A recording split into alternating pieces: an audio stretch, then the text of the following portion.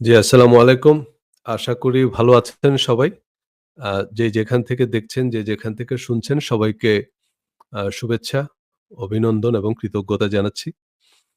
আ এই লাইভ স্ট্রিমিংটা একই সাথে সম্প্রচারিত হচ্ছে আমার Facebook পেজ সজল রোশন ইনক, আমার YouTube চ্যানেল এবং আমার LinkedIn প্রোফাইলে। সো আপনারা যারা LinkedIn এ আছেন আমাকে খুঁজে পাবেন। সৈয়দ এ ইসলাম সজল রোশন আমার পুরো নাম। লিখে সার্চ করলে পাবেন। LinkedIn এ আমার সাথে যুক্ত হবেন। আমি একটু প্রফেশনাল কনভারসেশন গুলো LinkedIn এই বেশি করব। আ Facebook এবং YouTube কম্পারেটিভলি অন্যান্য অনেক আলোচনাও থাকবে পাশাপাশি। আ বাট LinkedIn হচ্ছে প্রফেশনালদের নেটওয়ার্ক, সো সেখানেই প্রফেশনাল কনভারসেশন হবে বেশি। সো আমরা এই সিরিজে সাফল্যের বিজ্ঞান সিরিজে মোটামুটি পেশা জীবনে সাফল্যের জন্য পরীক্ষিত প্রমাণিত কিছু মূলনীতি নিয়ে কথা বলি। কারণ পৃথিবীতে আ আমরা সবাই সফল হতে চাই, কিন্তু আনফরচুনেটলি আমরা সবাই সফল হই না। তো যারা সফল হচ্ছে আর যারা সফল হচ্ছে না তাদের উপরে আ অনেকে গবেষণা করেছেন। আ মানে অনেক মনোবিজ্ঞানী এসব নিয়ে গবেষণা করেছে যে কেন একজন মানুষ সফল হচ্ছে একটা নির্দিষ্ট পেশায়, আবার সে পেশায় আরেকজন সফল হচ্ছে না। সো সেসব নিয়ে গবেষণা করে সাফল্যের কিছু পরীক্ষিত প্রমাণিত পদ্ধতি তারা চিহ্নিত করেছেন। সো সেগুলো নিয়েই আমরা এই সিরিজে আলোচনা করি। এই বিষয়ে আমার একটি বই আছে। সাফল্যের বিজ্ঞান, মূলত সেই বইয়ের আলোচ্যসূচির ভিত্তিতেই আমরা এই আলোচনাটা কন্টিনিউ করছি। সো যারা ইতিমধ্যেই আমার সাথে যুক্ত হয়েছেন তারা একটু কমেন্ট করে জানাবেন যে সাউন্ড স্ট্রিমিং সবকিছু ঠিকঠাক আছে কিনা? আ আশা করি সবকিছু ঠিকঠাক আছে। আম ওকে, Facebook থেকে দেখছেন। আমাদের ফিরোজ ভাই যথারীতি যুক্ত হয়েছেন। ফিরোজ ভাই আমার সবগুলো আলোচনাতেই থাকেন। ধন্যবাদ ফিরোজ ভাই। আ তারপরে আম আহসানুল মজিদ ভাই, উনি টরন্টো থেকে, উনি আমার সবগুলো আলোচনাতেই উপস্থিত থাকেন। ধন্যবাদ মজিদ ভাই। জি, কথা হচ্ছে যে আমরা সবাই সফল হতে চাই, কিন্তু আমরা সবাই সফল হই না। সো এর কারণ হচ্ছে সাফল্যের জন্য যে করণীয় কাজগুলো, সে কাজগুলো আমরা করি না। তাই না? এটা অনেকটা এরকম যে আমরা সবাই বেহেশতে যেতে চাই, কিন্তু আমরা কেউ মরতে চাই না। তাই না? এখন না মরলে বেহেশতে যাবেন কেমনে? আপনি জনে, জনে জিজ্ঞেস করেন যে, "ভাই আপনি বেহেশতে যেতে চান?" জি, অবশ্যই বেহেশতে যেতে চাই। কিন্তু আপনি কি মরতে চান? না, মরতে চাই না। সো এটা হচ্ছে আমাদের ডিলেমা। আমরা সবাই সফল হতে চাই, কিন্তু সফল সফল হওয়ার জন্য যে করণীয় কাজগুলো, সে করণীয় কাজগুলো আমরা করি না। কারণ সে কাজগুলো করতে আমাদের ভাল লাগে না। সো এই যে ভালো লাগা, ভালো না লাগা, তাই না? আমাদের অস্বাস্থ্যকর খাবার খেতে ভালো লাগে। এজন্যই আমরা মানে অসুস্থ হই। এ কারণেই একটা সময় আমাদের ডায়াবেটিক, কোলেস্টেরল, হাই প্রেশার, নানান রকমের শারীরিক সমস্যা দেখা দেয়। কারণ যেগুলো আমাদের খাওয়া নিষেধ, যেগুলো খাওয়া আমাদের স্বাস্থ্যের জন্য ক্ষতিকর, সেগুলোই খেতে আমাদের ভালো লাগে। ঠিক একই রকমভাবে যেগুলো আমাদের পেশা জীবনে সফল হওয়ার জন্য জরুরি, সে কাজগুলো করতে আমাদের ভালো লাগে না। দেখেন, একটা স্টুডেন্ট খুব ভালো করেই জানে যে কি করলে পরে সে ভালো ফলাফল করবে। কিন্তু যে কাজগুলো করলে তার ফলাফল ভালো হবে, সে কাজগুলো তার করতে ভালো লাগে না। বরং এর বাইরে আ যে কাজগুলো সাথে তার সাফল্যের সম সম কোনো সম্পর্ক নাই, সেসব গেমস, এটা সেটা, হাবি-জাবি এগুলো নিয়ে YouTube, Facebook, রিলস এগুলাতেই আমাদের জীবনের গুরুত্বপূর্ণ সময় নষ্ট হয়ে যায়। কারণ এগুলো আমাদের ভালো লাগে করতে। সেজন্যই জীবনে আমরা অনেক সময় সাফার করি। ওকে, সো কথা হচ্ছে যে আমরা আজকে এই যে সিরিজটা নিয়ে যে কথা বলছি, এই লম্বা আলোচনাটা আমরা করছি ধারাবাহিকভাবে। ১ম এ আমরা শুরুর দিকে আলোচনা করেছি, যারা এই সিরিজটা মিস করেছেন পাবেন আমার আ আ LinkedIn প্রোফাইলও আর্কাইভড আছে। এছাড়া আমার Facebook পেজ, YouTube চ্যানেলে এই আলোচনাটা ধারাবাহিকভাবেই আসে। সেখানে গিয়ে আগের পর্বগুলো আপনারা দেখে নিতে পারবেন। সেখানে আমরা আলোচনা করেছি যে আম আমাদের সফল হওয়ার জন্য আম কোন জিনিসগুলো আসলে আ নির্ধারণ করা জরুরি। যেমন সবকিছুর আগে আমাদের সাফল্যকে সংজ্ঞায়িত করতে হবে। কারণ আমাদের প্রতিটা মানুষের জীবনের লক্ষ্য, উদ্দেশ্য ভিন্ন। মানে আমরা জীবনে একেকজনের কাছে একেকজনের জীবনের অবজেক্টিভ একেক রকম। সো যেটা আমার কাছে সাফল্য, সেটা হয়তো আপনার কাছে সাফল্য না। যেটা আপনার কাছে খুবই গুরুত্বপূর্ণ সেটা হয়তো একই সাথে আমার কাছে একেবারেই গুরুত্বপূর্ণ না। সো আমাদের একেকজনের প্রায়োরিটি একেক রকম। একেকজনের ডেফিনিশন অফ সাকসেস একেক রকম। সো আগে সাফল্যকে ডিফাইন করতে জানতে হবে। সো অনেক সময় আমরা এই সাফল্যকে ডিফাইন না করে আশেপাশের মানুষের কাছে যা গুরুত্বপূর্ণ সেসবের পিছনে ছুটি। এবং সেসব কিছু যখন অর্জন করি তখন আমরা দেখি যে ভাই আশেপাশের মানুষই তো কানে হাত দিয়ে দেখে নাই। তারাও সবাই ছুটতেছিল, আমিও তাদের পিছন ছুটলাম। তারাই আসলে এর হাকিকত জানে না। যা কিছু আমি সারা জীবন অক্লান্ত পরিশ্রম করে অর্জন করলাম, সেসব কিছু আসলে মিনিংলেস।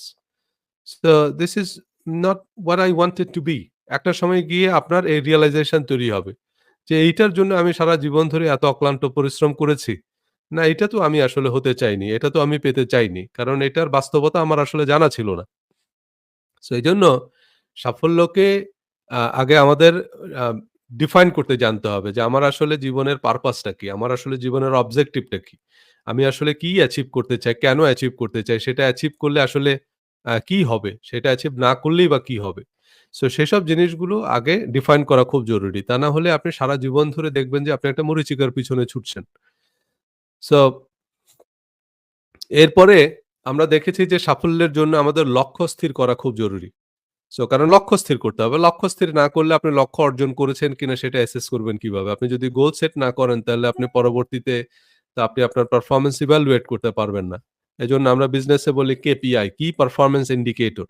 সেগুলো আগে সেট করতে হবে। তা না হলে তো আর আপনি বলতে পারবেন না যে আপনার পারফরম্যান্স ভালো হচ্ছে না খারাপ হচ্ছে।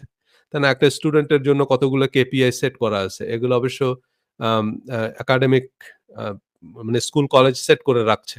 যে হ্যাঁ, তাদেরকে প্রতি ১ বছর পর একটা ফাইনাল অ্যাসেসমেন্ট টেস্ট নিয়ে তারপরে পরের ক্লাসে প্রমোশন দেয়া হয়। তো সেখান থেকে বোঝা যাচ্ছে যে তার পারফরম্যান্সটা আসলে স্টুডেন্ট হিসাবে কেমন। যদিও সেই কেপিআই সেট করা বা সেই অ্যাসেসমেন্ট পদ্ধতির মধ্যেই অনেক ভুলভ্রান্তি থাকে, সেগুলোর অনেক সমালোচনা আছে। অনেকে একাডেমিক পদ্ধতি নিয়ে নানান রকমের ভিন্ন মত আছে। সেগুলো নিয়ে আমরা কথা বলব পরবর্তী কয়েকটা পর্বে। বাট এটা হচ্ছে একটা কেপিআই। একটা স্টুডেন্টের পারফরম্যান্স মেজার করার জন্য এটা একটা আ মানে কি পারফরম্যান্স ইন্ডিকেটর। যে মেট্রিক পাস করলো, আচ্ছা ঠিক আছে। তাহলে সে কোন গ্রেড পেল? A প্লাস পেল তার মানে তার পারফরম্যান্স ভালো। সো সেসব দিয়ে আমরা পারফরম্যান্স ইভ্যালুয়েট করতে পারি। সো এরকমই আমাদের আগে একটা লক্ষ্য স্থির করতে হবে। তাহলে আমরা বুঝতে পারবো যে হ্যাঁ, আমরা লক্ষ্যপানে কতটুকু অগ্রসর হচ্ছি। 20% 30% 40% 50% এবং সেইটা কিভাবে লক্ষ্য স্থির করতে হয় সেটা নিয়ে আমরা বিস্তারিত আলোচনা করেছি। এরপরে লক্ষ্যে স্থির থাকা। এটা খুব গুরুত্বপূর্ণ বিষয় যে আমরা অনেক সময় একটা লক্ষ্য স্থির করি কিন্তু কয়েকদিন পরে দেখা যায় যে আমার লক্ষ্য লক্ষ্যের জায়গায় পড়ে আছে, আমি আর সে জায়গায় নাই। আমি আবার অন্যদিকে ঘুরতেছি। তার মানে লক্ষ্যে স্থির থাকতে পারি না আমরা। এজন্য আমরা অনেক সময় লক্ষ্য অর্জন করতে পারি না। সো আ এরপরে আমরা দেখলাম যে আমাদের সাফল্যের পেছনে একটা গুরুত্বপূর্ণ প্রতিবন্ধকতা হচ্ছে ধরেন আমরা সাফল্যকে ডিফাইন ও করলাম। আমরা লক্ষ্যও স্থির করলাম। কিন্তু লক্ষ্যে স্থির থাকতে গিয়ে আমরা দেখলাম যে আমরা লক্ষ্যে স্থির থাকতে পারি না। মানে আমরা যেই লক্ষ্যটা অর্জন করার জন্য যে লক্ষ্যমাত্রা স্থির করলাম, সেই জায়গার মধ্যে আমরা স্থির থাকতে পারি না। আজকে এদিকে, কালকে ওইদিকে, আজকে এইটা মনে হয়, কালকে ওইটা মনে হয়। আজকে মনে হয় পারবো, কালকে মনে হয় পারবো না ইত্যাদি। এই যে মন খালি চতুর্দিকে ছুটাছুটি করে। এর কারণটা হচ্ছে যেটা, সেটা হচ্ছে আমরা এই যে মনস্থির করতে পারি না। এই যে মনস্থির করা, সাফল্যের জন্য লক্ষ্য নির্ধারণ করার পরে লক্ষ্য অর্জনের জন্য আপনার যে মনোসংযোগ করা, আপনার নিজেকে আ সেই কাজে বা সেই অর্জনের পিছনে নিয়োজিত করা, আত্মনিয়োগ করা, সেটা আমাদের জন্য সবচেয়ে বড় চ্যালেঞ্জ। এজন্যই সাফল্য নিয়ে যত গবেষণা হয়েছে, সবাই এই একটা জায়গায় একমত যে আমাদের সাফল্যের পিছনে সিংহভাগ অবদান হচ্ছে আমাদের মানসিকতা বা দৃষ্টিভঙ্গির। কারণ আমাদের যত ব্যর্থ মানুষ আছে তাদের মধ্যেও শারীরিক সামর্থ্য বা তাদের ব্রেইনের সক্ষমতা মানে সেই মানুষগুলো যে মানুষগুলো ধরেন একেবারে নিরক্ষর। তাদেরকেও যদি আপনি একটা রুটিনের মধ্যে ফেলতেন তাদের পক্ষেও কিন্তু এমএ পাস করা, তাদের পক্ষেও কিন্তু পিএইচডি ডিগ্রি অর্জন করা সম্ভব ছিল। শুধু তাদের মানসিকতা। তারা হয় কেউ স্কুল, কেউ কলেজে, কেউ হাই স্কুলে গিয়ে ড্রপ আউট হয়ে গেছে ফর সাম রিজন। কিন্তু তারা কম মেধাবী আমাদের থেকে। তাদের ব্রেইনের সক্ষমতা আমাদের থেকে কম ব্যাপারটা কিন্তু এরকম না। আপনিও কিন্তু ডিরেইলড হয়ে যেতে পারতাম। যদি কোন না কোনভাবে সে জায়গায় আমাদের সেই মানসিক শক্তি না থাকতো। তাহলে মানে সবকিছুই তো নির্ভর করে অনেক কিছুর উপরে। যেমন ধরেন আমি একটা সময় মাদ্রাসায় পড়েছি। সো সেই সময় ইউনিভার্সিটিতে ভর্তি পরীক্ষার সময় আমার মধ্যে যে আম তীব্র আ প্রতিযোগিতামূলক একটা মনোভাব ছিল যে, যেকোনো মূল্যে, যেকোনোভাবেই হোক আমাকে ইউনিভার্সিটিতে চান্স পেতেই হবে। মানে এইটা ছিল আমার বা বলতে পারেন যে it was the only shot to change the direction of my life. মানে এইটা এমনভাবে আমি সেট করছি আরকি যে আমি নাওয়া খাওয়া ভুলে গিয়েছিলাম। কারণ মাদ্রাসা স্টুডেন্টদের জন্য ইউনিভার্সিটিতে চান্স পাওয়া কিন্তু বেশ কঠিন। কারণ ইউনিভার্সিটির যে ভর্তি পরীক্ষা সেইটা তো আর মাদ্রাসার সিলেবাস থেকে নেওয়া হয় না। সেটা নেওয়া হয় হচ্ছে কলেজের সিলেবাস থেকে। মানে স্কুল কলেজে যা পড়ানো হয় মূলত সেটার উপর থেকে পরীক্ষা নেওয়া হয়। তাইলে আমরা ইন্টারমিডিয়েট পাস করার পরে আবার কলেজের সব বই পুস্তক কিনে সেগুলো পড়ে তারপর হচ্ছে কলেজের ছাত্রছাত্রী নটরডেম কলেজ, হলি ক্রস, ভিকারুননিসার স্টুডেন্টদের সাথে প্রতিযোগিতা করে তারপরে আমাকে কিন্তু ঢাকা ইউনিভার্সিটিতে চান্স পেতে হবে। সো সেইজন্য কলেজের অন্যান্য স্টুডেন্টদের থেকে আমাকে অন্তত দ্বিগুণ, তিনগুণ বেশি পরিশ্রম করতে হবে। সো তারপরে আমি আমার মাইন্ড সেট করছি। যে তার থেকে যদি আমাকে সে ৮ ঘন্টা পড়লে আমাকে ১৬ ঘন্টা পড়তে হবে। কিন্তু আমাকে ইউনিভার্সিটিতে চান্স পেতেই হবে। মানে এইরকম একটা জেদ ছিল, এরকম একটা সংকল্প ছিল। আমাদের ইংরেজি অত ভালোভাবে পড়ায় না। যে কারণে ইংরেজিতে আমি অবশ্য এখনো কাঁচা। আমার ইংরেজিতে প্রচুর ভুলভাল হয়। সো যাই হোক তারপরেও চালিয়ে নিচ্ছি। কথা হচ্ছে যেটা যে আম এরপরেও যে না আমাকে ইউনিভার্সিটিতে চান্স পেতেই হবে। সো সেটার জন্য একেবারে আদা জল খেয়ে লাগা যেটা বলে। সেইভাবে লাগার কারণে শেষ পর্যন্ত কিন্তু আমি চান্স পেয়েছি এবং মাদ্রাসা থেকে আমার অনেক ফ্রেন্ডই কিন্তু ইউনিভার্সিটিতে পড়ছে। কিন্তু আবার দেখা গেল যে নটরডেম কলেজের একজন স্টুডেন্ট সে কিন্তু ইউনিভার্সিটিতে চান্স পায়নি। অথচ তার চান্স পাওয়ার কথা ছিল। তার সামর্থ্য ছিল। কিন্তু ওই যে হয়তো দেখা গেছে যে কোচিং এ এসে আ প্রেমে পড়ছে। ব্যাস ওই পড়ালেখা গোল্লায় উঠছে। তার সামর্থ্য কম ছিল, সক্ষমতা কম ছিল ব্যাপারটা এরকম না। কোন কারণে তার মনটা অন্যদিকে চলে গেছে। কোন কারণে সে তার ওই যে লক্ষ্যে স্থির থাকতে পারেনি। মন তাকে somehow deviate করছে, somehow ডাইভার্ট করে ফেলছে কোন দিকে। তো এরকমটা হয়। অনেকেই মানে এই পাল্লায় পড়ছে আরকি। যে কোচিং-টোচিং এ ভর্তি হয়েই ব্যাস একজনের সাথে লেগে গেল চক্কর। এরপরে আর আল্টিমেটলি তার সাথেও হয় নাই কিছু। কিন্তু আল্টিমেটলি ওই যে সময়টা পার হয়ে গেছে। ওই সময় আর তার পড়া হয় নাই আরকি। তার তখন এই যে চিঠি লেখা, তার এই চিঠি আদান-প্রদান করা, এই ডেট করা, এই করা, সেই করা এগুলোর পিছনেই সময় চলে গেছে আরকি। সো সামহাউ এরপরে আবার ইউনিভার্সিটিতে উঠে অনেকেরই যারা ইউনিভার্সিটিতে ভর্তি হয় তাদের সবারই ভালো ফলাফলের সুযোগ থাকে। কিন্তু তারপরে ইউনিভার্সিটিতে গিয়ে ওই যে ফার্স্ট ইয়ারে ভর্তি হয়েই আমরা কেউ রাজনীতিতেও জড়িয়ে যাচ্ছে, কেউ অন্যদিকে, কেউ এদিকে, কেউ ওইদিকে এভাবে বিভিন্ন দিকে আমরা ডিস্ট্রাক্টেড হয়ে যাচ্ছি। ডিস্ট্রাক্টেড হয়ে আমার যে আল্টিমেটলি লক্ষ্য, আমার যে উদ্দেশ্য, আমি যা অর্জন করতে চাই সে জায়গায় আর আমার মন দৌড়াচ্ছে না। সো আমাদের মানসিকতা। এজন্য আমাদের সাফল্যের পিছনে সবচেয়ে বড় যে অবদানটা, সবচেয়ে গুরুত্বপূর্ণ যে ভূমিকা পালন করে সেটা হচ্ছে আমাদের মন। এজন্য আমি আমার এই বইটার নাম দিয়েছি 'মন নিয়ন্ত্রণ সাফল্যের বিজ্ঞান।' কারণ হচ্ছে আপনার সফল হওয়ার জন্য সবকিছুর আগে আপনার মনকে নিয়ন্ত্রণ করতে হবে। তাই না? মনটাকে যদি আমরা নিয়ন্ত্রণ করতে না পারি আল্টিমেটলি আমাদের লক্ষ্য, উদ্দেশ্য এবং আমাদের কর্মকাণ্ডের উপরও আমাদের কোনো নিয়ন্ত্রণ থাকবে না। কারণ আমাদের মন আমাদেরকে somewhere else engage করে রাখতেছে। যে কারণে যে কাজটা আমার করা দরকার, সে কাজটা আমার করা হচ্ছে না। যে কারণে শেষ পর্যন্ত আমার যে অ্যাচিভ করার কথা সেটা আর অ্যাচিভ করা হচ্ছে না। এখানেই হচ্ছে সাফল্য ব্যর্থতার ফরাক। যে মনের উপরে আমাদের কোনো নিয়ন্ত্রণ নাই। সো এই তাহলে মন বা মানসিকতা সেটা নিয়ে আমরা লম্বা আলোচনা করেছি। অনেকগুলো পর্বে আমরা আলোচনা করেছি। এইটা আমাদের খুব ভালোভাবে বোঝা দরকার যে আমাদের এই মানসিকতা কিভাবে তৈরি হয়। ৩ টা জায়গা থেকে আমাদের মনোভাব বা আমাদের attitude তৈরি হয়। নাম্বার 1 হচ্ছে environment। সেই environment নিয়ে আমরা অনেকগুলো পর্ব করেছি যে environment মানে হচ্ছে নাম্বার 1 হচ্ছে আমাদের ফ্যামিলি। যে পরিবারে আমরা বেড়ে উঠতেছি। এরপর হচ্ছে স্কুল। যে স্কুল environment এ আমরা বেড়ে উঠি সেখান থেকে আমাদের মনোভাব তৈরি হয়। আমাদের স্কুলের যারা ফ্রেন্ড আ মানে তাদের ভাষা, তাই না? আপনি যদি ঢাকার একটা স্কুলে পড়েন তাহলে আপনি শুদ্ধ ভাষায় কথা বলবেন। কিন্তু আপনি যদি গ্রামের একটা স্কুলে পড়েন, কারণ সেখানে ওই একই গ্রামের সব স্টুডেন্টরা পড়ে, তারা সব একই ভাষায় কথা বলে। সো সেই ভাষার মতো তাদের চিন্তা, তাদের ভাবনা, তাদের সবকিছুই কিন্তু আস্তে, আস্তে আমাদের মধ্যে ইনস্টল হয়। তারপরে আমরা আলোচনা করেছি আমাদের রিলিজিয়ন। যে ধর্ম আমরা চর্চা করি, সেটাকেই আমরা কিন্তু চিরন্তন মনে করি। যদিও আ সেই যে বিষয়টা আ যেটা বললাম যে, যদিও সেটা আমরা পরে ধর্মগ্রন্থের সাথে মিল খুঁজে পাই না। কিন্তু তারপরেও ওই যে যেটা সমাজে প্রতিষ্ঠিত আ সেইটা সেইটাই কিন্তু আমরা আল্টিমেটলি মেনে চলি। যেটা আবহমান কাল ধরে চলে আসছে, সেই বৃত্ত ভাঙা খুব কঠিন। তারা আমাদের রাসূল সাল্লাল্লাহু আলাইহি সাল্লাম যখন আ এই কোরআন প্রচার করা শুরু করল, তখন আ সেখানেও তো আগে ধর্মচর্চা হতো। সেখানেও অনেক বড়, বড় ধর্মগুরু ছিল। তারা বলল যে, "আমাদের বাপ-দাদারা যেইভাবে ধর্মচর্চা করে গেল, তুমি এখন এখানে এসে নতুন কথা বলতেছ। তুমি এসে এখন আমাদের সেই প্রথা, পার্বণ, আমাদের সেই নিয়ম-নীতি সেগুলোকে চ্যালেঞ্জ করতেছ।" সো এজন্য তারা শুধু বিরোধিতাই করে নাই, শেষ পর্যন্ত উনাকে উনার মাতৃভূমি থেকে উচ্ছেদ করছে। উনাকে পাথর নিক্ষেপ করা হইছে। উনাকে নানাভাবে নির্যাতন করা হইছে। সেসব আমরা জানি। আ সকল নবীদেরকেই তাদের যারা আম মানে উম্মত, তারা নানাভাবে নির্যাতন করছে। তাদেরকে হত্যা করছে। তাদেরকে নানাভাবে আ আ উত্ত্যক্ত করছে। সো আপনি যখনই এই মানে আল্লাহর কিতাব খুলে তাদেরকে দেখিয়ে দিবেন যে, তোমরা যা করতেছো এগুলোর সাথে আল্লাহর কিতাবের সম্পর্ক নাই। এই দেখবেন আপনাকে কাফের, মুরতাদ, এই দেখবেন আপনাকে আ আপনার দেশ বাড়ি থেকে উচ্ছেদ করবে। কারণ হচ্ছে আমরা ওই যে হাজার বছর ধরে যেই মানে ধর্মের নামে আমরা এমন কিছু চর্চা করে আসছি, সেগুলো যখন আমরা এখন কোরআন খুলে দেখি, হাদিস খুলে দেখি যে না, আমাদের ধর্মগ্রন্থের সাথে তো এই ধরনের চর্চার কোনো সম্পর্ক নাই। কিন্তু তারপরেও এই সত্যটা আমরা মেনে নিতে পারি না। হ্যাঁ? সো কারণ এইভাবে আমাদের মনোভাব বা আমাদের মানসিকতাটা তৈরি হয়। সো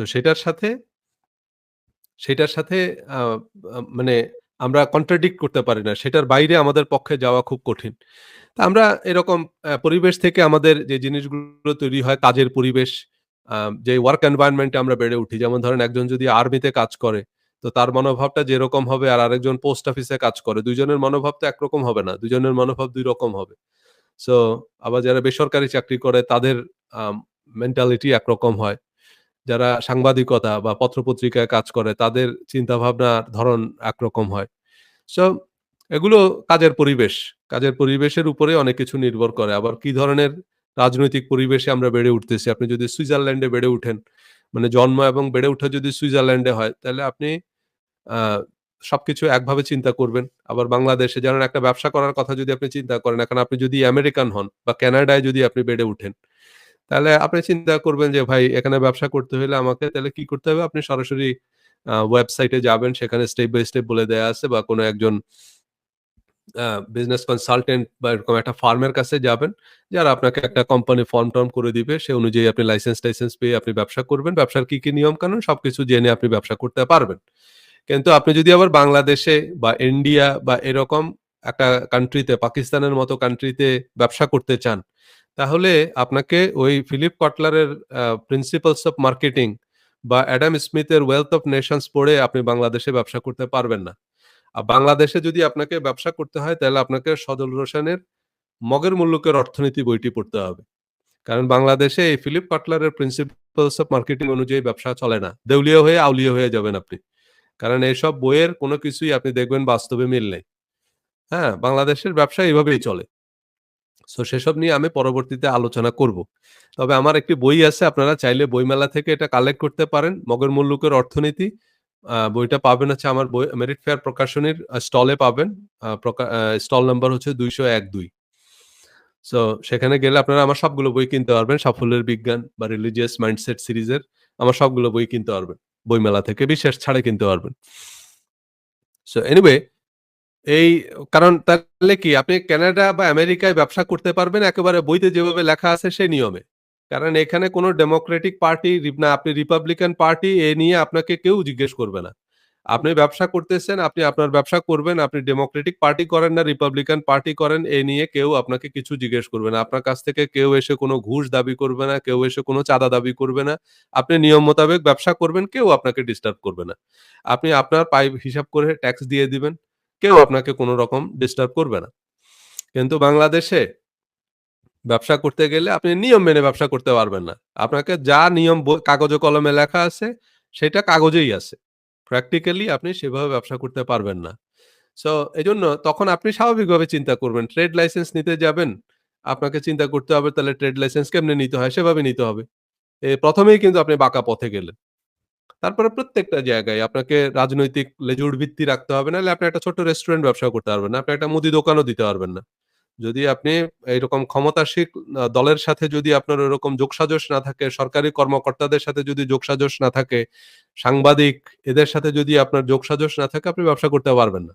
বাংলাদেশে ব্যবসা করতে হইলে আপনাকে দুর্গার মতো ১০ হাত থাকতে হবে। এক হাতে থাকতে হবে সরকার, এক হাতে প্রশাসন, এক হাতে পুলিশ, এক হাতে হচ্ছে আপনার ভোক্তা অধিকার, এক হাতে আপনার মিডিয়া।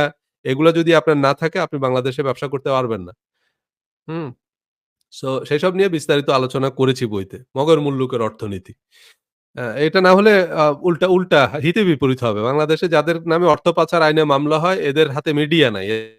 এদের হাতে সরকার প্রশাসন নেই। এ কারণে এদের নামে অর্থ পাচার আইনে মামলা হয়।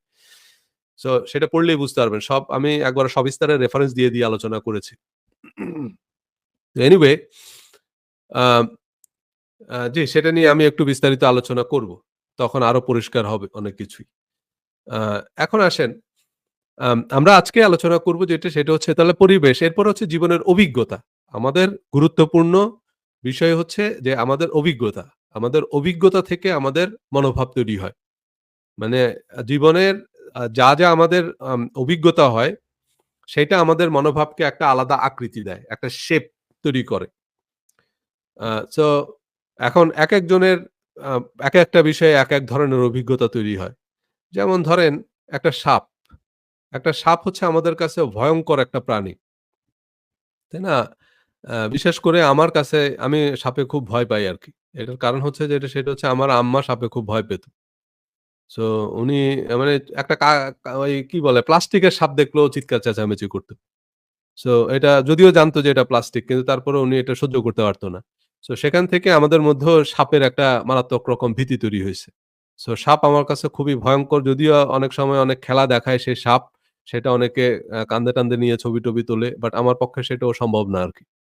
আ এখন কথা হচ্ছে এই যে সাপ এরকম ভয়ংকর একটা আ প্রাণী। একবার আমার কাছে দিল্লিতে এরকম সাপ দিয়ে টাকা হাইজ্যাক করছে। আমি অন্য কিছুকে এত ভয় পাই না, সাপকে যত ভয় পাই আরকি। দিল্লিতে আমি একটা ট্রেনিং এ গিয়েছিলাম। দিল্লির রেডিসন হোটেলের সামনে। এরকম ১-২ জন এসে ধরল। সাপ ধরছে ২ দিক থেকে। তারা তো সাপকে বলে দেবতা। বলতেছে যে তাকে বকশিশ দিলে নাকি হবে আরকি। ভগবান মানে ওই সাপ দেবতা হচ্ছে আবার আমাকে আশীর্বাদ দিবে। পরে ৳৫০০ নিয়ে গেল আমার কাছ থেকে। মানে আমি তো ওই সাপ দেখে পুরা তার দেবতা ঠিক আছে কিন্তু আমি তো আর ভয় নাই দুনিয়ায়। ২ দিক থেকে এরকম ২ টা মস্ত বড় সাপ ধরলো আরকি। পরে ৳৫০০ মতো ছিল আমার ওই যে বলে যে বড় নোটটা দে। বড় একটা নোট দিলাম, চলে গেল। এখন এই যে আমি কিন্তু সাপের খামার করব প্রস্তুতি নিচ্ছি। জি, এখন কথা হচ্ছে যিনি আবার সাপুড়ে বা যিনি আ মানে সাপ পোষেন, তার কাছে সাপ কিন্তু অন্যান্য আর ৮-১০ টা এই যে হাঁস-মুরগির মতোই। এবং ধরেন যে সাপুড়ে তার পরিবারে যে বড় হচ্ছে, তাদের কাছে কিন্তু সাপ পরিবারের সদস্য। হ্যাঁ? তাদের কাছে এটা কোনো গুরুত্বপূর্ণ মানে এটা ভয়ংকর কোনো কিছু না। তারা দেখবেন যে গলার মধ্যে মাফলারের মতো পেঁচায় ঘুরতেছে। সো আ কারণ এটা যত বিষাক্তই হোক তাদের কিছু কায়দা কানুন আছে। তারা ওই সাপের ভাষা বুঝে এবং সেইভাবে সাপের সাথে ডিল করে। তারা আমাদের মতো এরকম লম্পঝম্প দেয় না। যে কারণে সাপও ওরকম ভয়-টয় পায় না তাদেরকে দেখে। আমরা যেরকম সাপকে ভয় পাই, সাপও আমাদের এইসব কান্ড-কারখানা দেখে ভয় পায় যে কারণে পরে আত্মরক্ষার্থে সে ছোবল মারে আরকি। সো সাপুড়ে যারা তারা আবার সাপের সাথে সেভাবে কমিউনিকেট করতে পারে। সে কারণে বিষাক্ত সাপ হলেও আ আল্টিমেটলি তাদের খুব একটা সমস্যা নাই আরকি। তারা সাপের খামার করে অনেকেই এখন যারা সাপের খামার করে তাদের কাছে তো এটা ভয়ংকর কিছু না। এখন কথা হচ্ছে এই যে সাপ সম্পর্কে আপনার অভিজ্ঞতা। আচ্ছা সাপের না হয় বিষ আছে বুঝলাম ভালো কথা। সাপের কামড়ে মানুষ মারা যেতে পারে। সেইটা সাপকে ভয় পাওয়ার একটা যৌক্তিক কারণ আছে। আচ্ছা তেলাপোকার কি দোষ? তেলাপোকা দেখে আপনার এরকম গগন বিদারী চিৎকার দিতে হবে কেন? কিন্তু তেলাপোকাকে তো ভয় পায়। মহিলারা তেলাপোকা সবচেয়ে বেশি ভয় পায়। একটা তেলাপোকা দেখলে দেখবেন যে চিৎকার করে দুনিয়াদারি মাথায় তুলছে। তেলাপোকার কামড়ে কেউ মারাও যায় না। তেলাপোকা ইনফেক্ট কামড়ায়ও না। তারপরেও তেলাপোকা দেখে এরকম ভয় পাওয়ার কারণটা কি? ওই যে আগের ওয়ালারা চিল্লাইছে তাই আমারও চিল্লাইতে হবে। মানে এটা হচ্ছে অভিজ্ঞতা। কোন জিনিস দেখে আমি ভয় পাবো, কোন জিনিস দেখে আমি ভয় পাবো না, কোন জিনিসটাকে আমি অ্যাডমায়ার করব, কোনটাকে করব না, এগুলো হচ্ছে ওই যে আশেপাশের মানুষ কি করতেছে, সেই অবজারভেশন বা সেই এক্সপেরিয়েন্স বা সেখান থেকে আমাদের একটা বিহেভিয়ারাল প্যাটার্ন তৈরি হয়। সেখান থেকে আমাদের একটা আচরণ তৈরি হয়। মানে আচরণবিধি, সেই অনুযায়ী আমরা আচরণ করি। সো এই ঠিক একই রকমভাবে যেমন ধরেন আপনার বিজনেসে আপনি সফল হবেন কি ব্যর্থ হবেন, আগে তো আপনাকে ব্যবসা করতে হবে, তাই না? বা বিজনেস আপনি কতটা আন্তরিকতার সাথে করবেন, সেটার উপরে নির্ভর করে যে আপনার ব্যবসার অভিজ্ঞতা কি। এখন ধরেন আমাদের অনেকেই ব্যবসা করার চেষ্টা করছে। সো ব্যবসা করার চেষ্টা করে আপনি যখন আ দেখবেন যে ব্যবসায় আপনি ব্যর্থ হলেন। একবার ব্যবসায় ব্যর্থ হলে ব্যবসা সম্পর্কে আপনার ভীতি তৈরি হবে। আপনার তখন মনে হবে যে, "না ভাই আমি একটা ছোট চাকরি করব, কম রোজগার করব, কিন্তু পেরেশানি কম, অস্থিরতা কম। ব্যবসা খুবই স্ট্রেসফুল।" হ্যাঁ? আবার ব্যবসায় যদি আপনার লাভ হয়, তখন আপনি বলবেন যে, "হায়রে কি বলে? এরা সারাদিন খাটে, সারা মাস খাটে, অল্প কিছু টাকা বেতন পায়। আর আমি ব্যবসায় হচ্ছে গিয়ে ফাইন্যান্সিয়ালি ফ্রি হওয়ার একমাত্র রাস্তা।" তখন আপনি ব্যবসার পক্ষে যত কথা আছে, ব্যবসার পক্ষে যত যা যুক্তি আছে সব দিবেন। কিন্তু ব্যবসায় শুধু সাফল্য না, ব্যবসায় একই সাথে ব্যর্থতাও আছে। সো ডিপেন্ড করে যে আমাদের ব্যবসা সম্পর্কে কি ধরনের অভিজ্ঞতা তৈরি হচ্ছে। আমাদের অভিজ্ঞতা যদি ইতিবাচক হয়, তখন আমরা আ সেই সম্পর্কে আমাদের মানসিকতাও ইতিবাচক হয়। তখন আমরা অনেক বেশি আত্মবিশ্বাসী। সো যেকোনো জায়গা সম্পর্কে। আপনি আ ডিজিটাল মার্কেটিং যখন আপনি ইন্টারনেটে একটা ব্যবসা করে সে জায়গায় সফল হবেন, তখন আপনার কাছে মনে হবে যে ইন্টারনেট হচ্ছে আশীর্বাদ। আর যখন আপনি সেখানে ধরা খাবেন, লোকসান হবে আপনার, তখন আপনার মনে হবে যে ভাই এগুলো হচ্ছে স্ক্যাম। তখন আপনার দুনিয়া কথাটা হচ্ছে যে সবকিছুই। ক যেমন ধরেন আপনার কোনো একটা দরবেশের কাছে যদি আপনি যান, তাহলে আপনার কাছে মনে হবে যে ভাই পুরো দুনিয়াটাই একটা স্ক্যাম। কারণ হচ্ছে সে বলবে যে ভাই ইন ইউর মানে life long race you are going nowhere. So মানে পুরো দুনিয়াটাই একটা স্ক্যাম। আবার আপনি যখন সফল হবেন, তখন আপনার কাছে সবকিছুই সুন্দর। সবকিছুই মনে হবে যে না আমি চেষ্টা করলেই আমি এটা আমার পক্ষে সম্ভব। চেষ্টা করলেই অর্জন করা যায়। তখন আপনি দেখবেন মোটিভেশনাল স্পিকার হয়ে যাবেন। আবার যখন আপনি ফেইল করবেন, তখন আপনি দেখবেন যে না, আপনি ধরেন আমেরিকায় আসলেন। এখন এই আমেরিকা বা কানাডা এটা অনেকের কাছে স্বর্গ। আ এখন সেটার কারণও আছে। যারা এটাকে মনে করে যে ভাই আমি যদি আমেরিকা বা কানাডায় কোনোভাবে একবার যেতে পারি বা আমেরিকা, কানাডা বলতে প্রতীকী অর্থে বলতেছি। সেটা ইংল্যান্ড, অস্ট্রেলিয়া বা ইউরোপের অন্যান্য যেকোনো দেশে যেতে চায় অনেকে। সো যে সেখানে যদি আমি যাই একবার, তাইলে আমি যা কিছু অর্জন করতে চাই, মানে মানে যেটাকে আমরা বলি ফাইন্যান্সিয়ালি ফ্রি হওয়া বা রিচ হওয়া, ধনী হওয়া, সেটা আমেরিকা বা কানাডায় যেতে পারলেই সম্ভব। সো এই কথাগুলো মিথ্যা না, এই কথাগুলো সত্যি এবং সেটা আমাদের আশেপাশে অসংখ্য উদাহরণ আছে যে তারা অনেকে আমেরিকায় আসছে বা কানাডায় আসার পরে তাদের অর্থনৈতিক অবস্থার একেবারে লক্ষণীয় পরিবর্তন হইছে, লক্ষণীয় উন্নতি হইছে। যে হ্যাঁ, আমেরিকায় আসার ৩-৪ বছরের মাথায় গ্রামে একটা বিল্ডিং করে ফেলছে। মানে অথচ আগে সে যদি গ্রামে থাকতো তাহলে আ তার ঘর মেরামত করার টাকাও তার হইতো না। কারণ ওই যে দিন এনে দিন খায়। কারণ গ্রামে তার আসলে তার ওরকম কাজ বাজে নাই। কিন্তু কোনভাবে একবার যেকোনোভাবেই হোক আমেরিকায় আসতে পারছে, গ্রামে বিল্ডিং বানায়া ফেলছে। হ্যাঁ, হইছে। এটা তারপর হচ্ছে আসছে ৩-৪ বছরের মধ্যে ঢাকায় ফ্ল্যাট কিনে ফেলছে।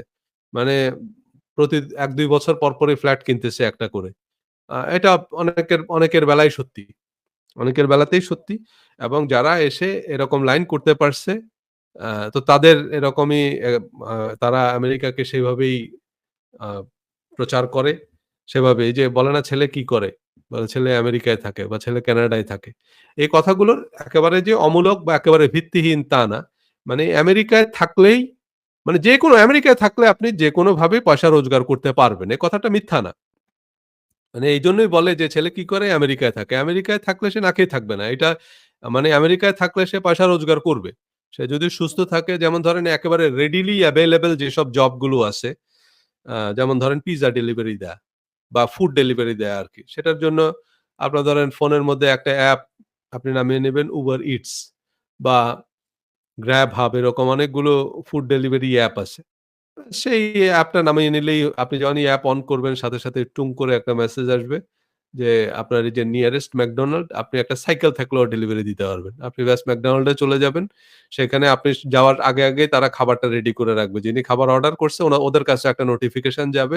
ওরা ওই অর্ডারটা রেডি করে রাখবে। আপনি যেতেই আপনি জাস্ট খাবারটা নিয়ে এরপরে আবার অ্যাপ আপনাকে দেখায় দিবে যে নেক্সট ডেস্টিনেশন কই সেখানে গিয়ে আপনি খাবারটা পৌঁছায় দিবেন। সো এইভাবেও যদি আপনি খাবারও যদি ডেলিভারি দেন। আমি এটার এক্সাম্পল দিচ্ছি এজন্য যে এটা রেডিলি এভেইলেবল। মানে এটার জন্য আর আপনার আলাদা করে কোথাও ইন্টারভিউ দেয়া লাগবে না। আপনার একটা সাইকেল আছে। আপনি এই এক্ষণ বের হয়ে যাবেন। ধরেন আমি এই যে এখন আপনাদের সাথে কথা বলতেছি, আমি এখন চিন্তা করলাম যে ভাই এই কথাবার্তা বলে আমার কোন কাম নাই। তার থেকে গিয়ে আমি কতক্ষণ কাম করি, পয়সা কামাই। ব্যাস আমি সাইকেল একটা নিয়ে বের হয়ে গেলাম। ধরেন আমার অন্য কিছু কোন রাস্তা যদি নাও থাকে। সাইকেল একটা নিয়েও যদি আমি বের হয়ে যাই, সারাদিন আমি খাবার ডেলিভারি দিয়েও কিন্তু দিন শেষে $200-$250 নিয়ে বাসায় ফিরতে পারব। এখন এইটা বাংলাদেশে ডিফিকাল্ট। বাংলাদেশে ১ম কথা হচ্ছে যে আমাদের কাজ করার আগে হাজারটা চিন্তা করতে হয়। সোসাইটি হ্যাঁ, আপনি খাবার ডেলিভারি দিবেন। তারপরে এইটা করবেন, ওইটা করবেন। যে কারণে আল্টিমেটলি অনেক কিছু করা হয় না বা এসব কাজ করে ওই যে বললাম যে সিগনিফিক্যান্ট অ্যামাউন্ট ইনকাম করা যায় না। বাংলাদেশেও এখন ডেলিভারির ব্যবস্থা আছে বা অনেকে পাঠাও, উবার আ বা এই যে কাজগুলো, এই কাজগুলো করে উল্লেখযোগ্য ইনকাম বাংলাদেশে হয় না। কিন্তু এখানে যেহেতু বেশি আয় করা যায়, ধরেন দিনে $250-300 নিউইয়র্কে ইনকাম করা যায়। এখন আয় বেশি হলে একটা মানুষ হয়তো কষ্ট করে যে না আমি অল্প একটু জায়গা নিয়ে কষ্ট-মষ্ট করে থাকলাম। মানে খরচটা আমি একটু কম করলাম। তাহলে কিছু টাকা সেভ করা যায়। এখন ভাই আমার ইনকামই যদি কম হয়, তা আমি কষ্ট করে আর সেভ করব কি? তাই না? যেমন ধরেন বাংলাদেশে রিক্শাওয়ালা। বাংলাদেশে একটা রিক্শাওয়ালা যে পরিমাণ পরিশ্রম করে, এই পরিমাণ পরিশ্রম যদি কেউ আমেরিকায় করে, আর যেইভাবে বাংলাদেশে একটা রিক্শাওয়ালা লাইফ লিড করে, মানে আমি একটা এক্সাম্পল দিই আরকি। ধরেন একটা রিক্শাওয়ালা যেই তার লাইফস্টাইল তো আর এমন না তো সে তো গুলশানে থাকে না। বা সে তো আর 5 স্টার হোটেলে ডিনার করে না। সে যেসব রেস্টুরেন্টে খায়, সে যেই মানের বাসায় থাকে, কেউ যদি মনে করে যে ভাই আমি এইরকম পরিশ্রম করব আর এইরকম লাইফ লিড করব। তাহলে সে প্রতি বছর ঢাকায় একটা করে ফ্ল্যাট কিনতে পারবে। প্রতি বছর। এটা একেবারে সোজা সাপটা বলে দিলাম। এখন কিন্তু কথা হচ্ছে ঢাকায় একটা রিক্শাওয়ালা এই পরিমাণ পরিশ্রম করে এই ধরনের লাইফ লিড করে সে কয়টা ফ্ল্যাট কিনতে পারবে? সারা জীবনে কিনতে পারবে একটা ফ্ল্যাট? পারবে না। তাইলে একটা মানুষ বেশি ইনকাম করল, কিন্তু সে চিন্তা করল যে না ভাই আমি আগে কম খরচ করে আমি একটু কষ্ট করে ওই যে বেসমেন্ট-টেসমেন্ট আছে। মানে নিউ ইয়র্কেও থাকার কম টাকায় থাকতে চাইলে কম টাকায় থাকার ব্যবস্থা আছে। যে আমি একটু ওই যে বেসমেন্ট-টেসমেন্ট এর মধ্যে বা হয়তো ছোট্ট একটা রুম নিয়ে ২-৩ জন মিলে থাকে। সো সেক্ষেত্রে হয়তো আপনি $১,০০০ এর মধ্যেই আপনি আপনার মাস অতিক্রম করে দিতে পারবেন। আর বাকি সময়টাই আপনি অনেক বেশি যদি পরিশ্রম করেন, তাহলে ওই টাকা সেভ করে কিন্তু এরকম মানে বছরে অন এভারেজে একজন মানুষ $১,০০,০০০ ইনকাম করে এ ধরনের রেডিলি এভেইলেবল অড জব করেও। মানে আমি অন্য ব্লু কলার জবের কথা বাদ দিলাম। বাট যেগুলো রেডিলি এভেইলেবল জব, যেগুলোতে কায়িক পরিশ্রম দরকার হয়, এ ধরনের রেডিলি এভেইলেবল জব করে একজন মানুষ মোটামুটি ৮০,০০০, ৯০,০০০, $১,০০,০০০ ইনকাম করে। আর একজন মানুষ মানে আমি একজনের হিসাব বলতেছি। একজন মানুষ একবারে কম যে আমি একবারে ন্যূনতম কত টাকায় থাকতে পারবো, কোন রকম একটা সিট ভাড়া নিয়ে আরকি একটু কাকরাইল মসজিদের মতো করেও যদি থাকতে চায়, তাহলে ওইরকম $৭০০-৮০০ এর মধ্যে থাকা যায় আরকি। তো ধরেন আপনি যদি $২০,০০০ খরচ করেন আরো তো আপনার $৬০,০০০-৭০,০০০ সেভ করা যায়। সো $৬০,০০০-৭০,০০০ এ ঢাকায় একটা ফ্ল্যাট তো হয়। সো প্রতি বছরই চাইলে উনি একটা করে ফ্ল্যাট কিনতে পারবে। সো কথা হলো অ্যা এখন এইটা আবার সবার বেলায় একরকম না। সবার বেলায় ঘটনাগুলো একরকম না। অনেকেই আমেরিকায় এসে ১ম দিকে অনেক নেতিবাচক অবস্থার মুখোমুখি হয়। অনেকের ওয়ার্ক পারমিট থাকে না। তাদের জন্য লাইফ আবার অনেক ডিফিকাল্ট। আ তাদের জন্য দেশে টাকা পাঠানো মুশকিল। তাদের এখানে আ থাকা বেশ কঠিন। অনেকে আবার ফ্যামিলি-ট্যামিলি নিয়ে এসে নানান রকমের এখন এক্সপেকটেশন ওই যে বললাম, তো তখন তাদের কাছে মনে হয় যে ভাই আমি আমেরিকা সম্পর্কে কি শুনলাম? এত কষ্ট করে এখানে আসলাম। সব ছেড়ে ছুড়ে দিয়ে এখানে আসলাম। সো তাদের কাছ থেকে আবার অনেক হতাশার গল্প শুনবেন। সো ২ টা গল্পই সত্যি। কথা হচ্ছে যে কার আসলে কিরকম অভিজ্ঞতা, কার আসলে কিরকম এক্সপেকটেশন এবং সেই প্রত্যাশা এবং প্রাপ্তির মধ্যে মিল-অমিল। সেসব নিয়ে অ্যা মোটামুটি ২ পক্ষেরই ২ রকম কথা আছে। কেউ বলবে যে ভাই আমেরিকা আ একটা স্বপ্নপুরী। আবার কেউ বলবে যে না ভাই আমেরিকা মানে হইতেছে যেগুলো আপনারা দেশ থেকে শুনেন এরকম না। সো মানে মানে মানুষের অভিজ্ঞতা এবং এরপরে আস্তে আস্তে কয়েক বছর থাকার পরে মানুষ এখানে সেটেল করে নিতে পারে।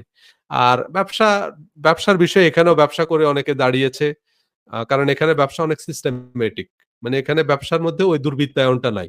আপনি যদি নিয়ম মাফিক ব্যবসা করেন, মানে আপনি ব্যবসার নিয়ম-কানুন জেনে যদি ব্যবসা করেন, তাহলে আপনি আস্তে আস্তে ব্যবসায় উন্নতি করবেন। মানে ব্যবসা যদি করতে পারেন আপনি, ব্যবসা করে আপনি এখানে মিলিয়নিয়ার হতে পারবেন একটা সময়। মানে কেউ এসে আপনার কাছ থেকে এই যে আমাকে না দিলে আপনার বিরুদ্ধে লিখে দিব, তারপরে ঘুষ-ঘাস না দিলে আপনাকে খামাখা হয়রানি করবে, এরকমটা এখানে নাই। মানে এখানে আপনি নিয়ম মোতাবেক ব্যবসা করবেন। আপনাকে কেউ ডিস্টার্ব করবে না। সো অভিজ্ঞতা, ব্যবসা আবার চাকরি। চাকরিও যদি আপনি ভালো করতে পারেন, ভালো জব যদি করেন আপনি, সেটা একটা খারাপ ব্যবসা করার চাইতে সে চাকরিটা ভালো। যদি আপনি সে চাকরি করে বা একটা প্রফেশন। এখন ধরেন আপনি যদি অনেক বড় ফটোগ্রাফার হতে পারেন, কারণ ফটোগ্রাফার। তো সেটা ডাক্তার, ইঞ্জিনিয়ার হওয়ার চেয়ে অনেক ভালো। মানে আমরা অনেক সময় পেশাকে বেশি গুরুত্ব দিই। যে ডাক্তার, ইঞ্জিনিয়ার এটা হয়তো ফটোগ্রাফার হওয়ার চেয়ে ডাক্তার হওয়া ভালো। বা ভিডিওগ্রাফার হওয়ার থেকে ইঞ্জিনিয়ার হওয়া ভালো। এরকম কোন সূত্র নাই সাফল্যের। কথা হচ্ছে আপনি ভিডিওগ্রাফারদের মধ্যে অনেকে আছে মিলিয়নিয়ার। ফটোগ্রাফারদের মধ্যে অনেকে আছে কয়েকশো মিলিয়ন ডলারের মালিক। তাদের একেকটা ছবি মিলিয়ন ডলারে বিক্রি হচ্ছে। সো আ বাংলাদেশেও অনেক ফটোগ্রাফার আছে যাদের একেকটা ছবি আপনার কোটি টাকায় বিক্রি হয়। সো উনি ফটোগ্রাফার। কিন্তু উনি একটা ছবি বিক্রি করে যা ইনকাম করে হয়তো ১০০ জন ডাক্তারও বছরে এই পরিমাণটা ইনকাম করে না। সো আপনাকে আ সাকসেসফুল মানে আপনাকে নির্দিষ্ট কোনো ডিজিগনেশন বা নির্দিষ্ট কোনো পেশা, নির্দিষ্ট কোনো টাইটেল এরকম কোনো কিছু না। সো আমরা অনেক সময় মনে করি ওই যে আশপাশের মানুষ মনে করে যে ডাক্তার। এরপরে আপনি ডাক্তার হলেন, এত কঠোর পরিশ্রম করে আপনি মেডিকেল কলেজে ভর্তি হলেন, সেখান থেকে এমবিবিএস পাস করে বের হয়ে এরপরে দেখলেন যে ডাক্তারদের এভারেজ সেলারি হচ্ছে $২০,০০০ ৳২০,০০০ তখন আপনি খুবই ফ্রাস্ট্রেটেড হবেন। তো তাইলে আমরা যে শুনে আসছি ডাক্তার মানেই হচ্ছে এরকম লাখ টাকা ইনকাম হয়। কোথায়? হ্যাঁ, ডাক্তার মানে লাখ টাকা ইনকাম হয় সেরকম ডাক্তার আবার লাখে ১ জন। সেরকম ডাক্তার সবাই না। এইটা সব প্রফেশনেই। একবারে in almost every profession যেমন ধরেন এই যে ডিজিটাল মার্কেটিং। আমরা এই ফ্রিল্যান্সার কয়েকজনকে আমরা দেখি যে বলে বেড়াচ্ছে যে হ্যাঁ, ফ্রিল্যান্সার লাখ টাকা ইনকাম করতেছে, হাজার ডলার ইনকাম করতেছে।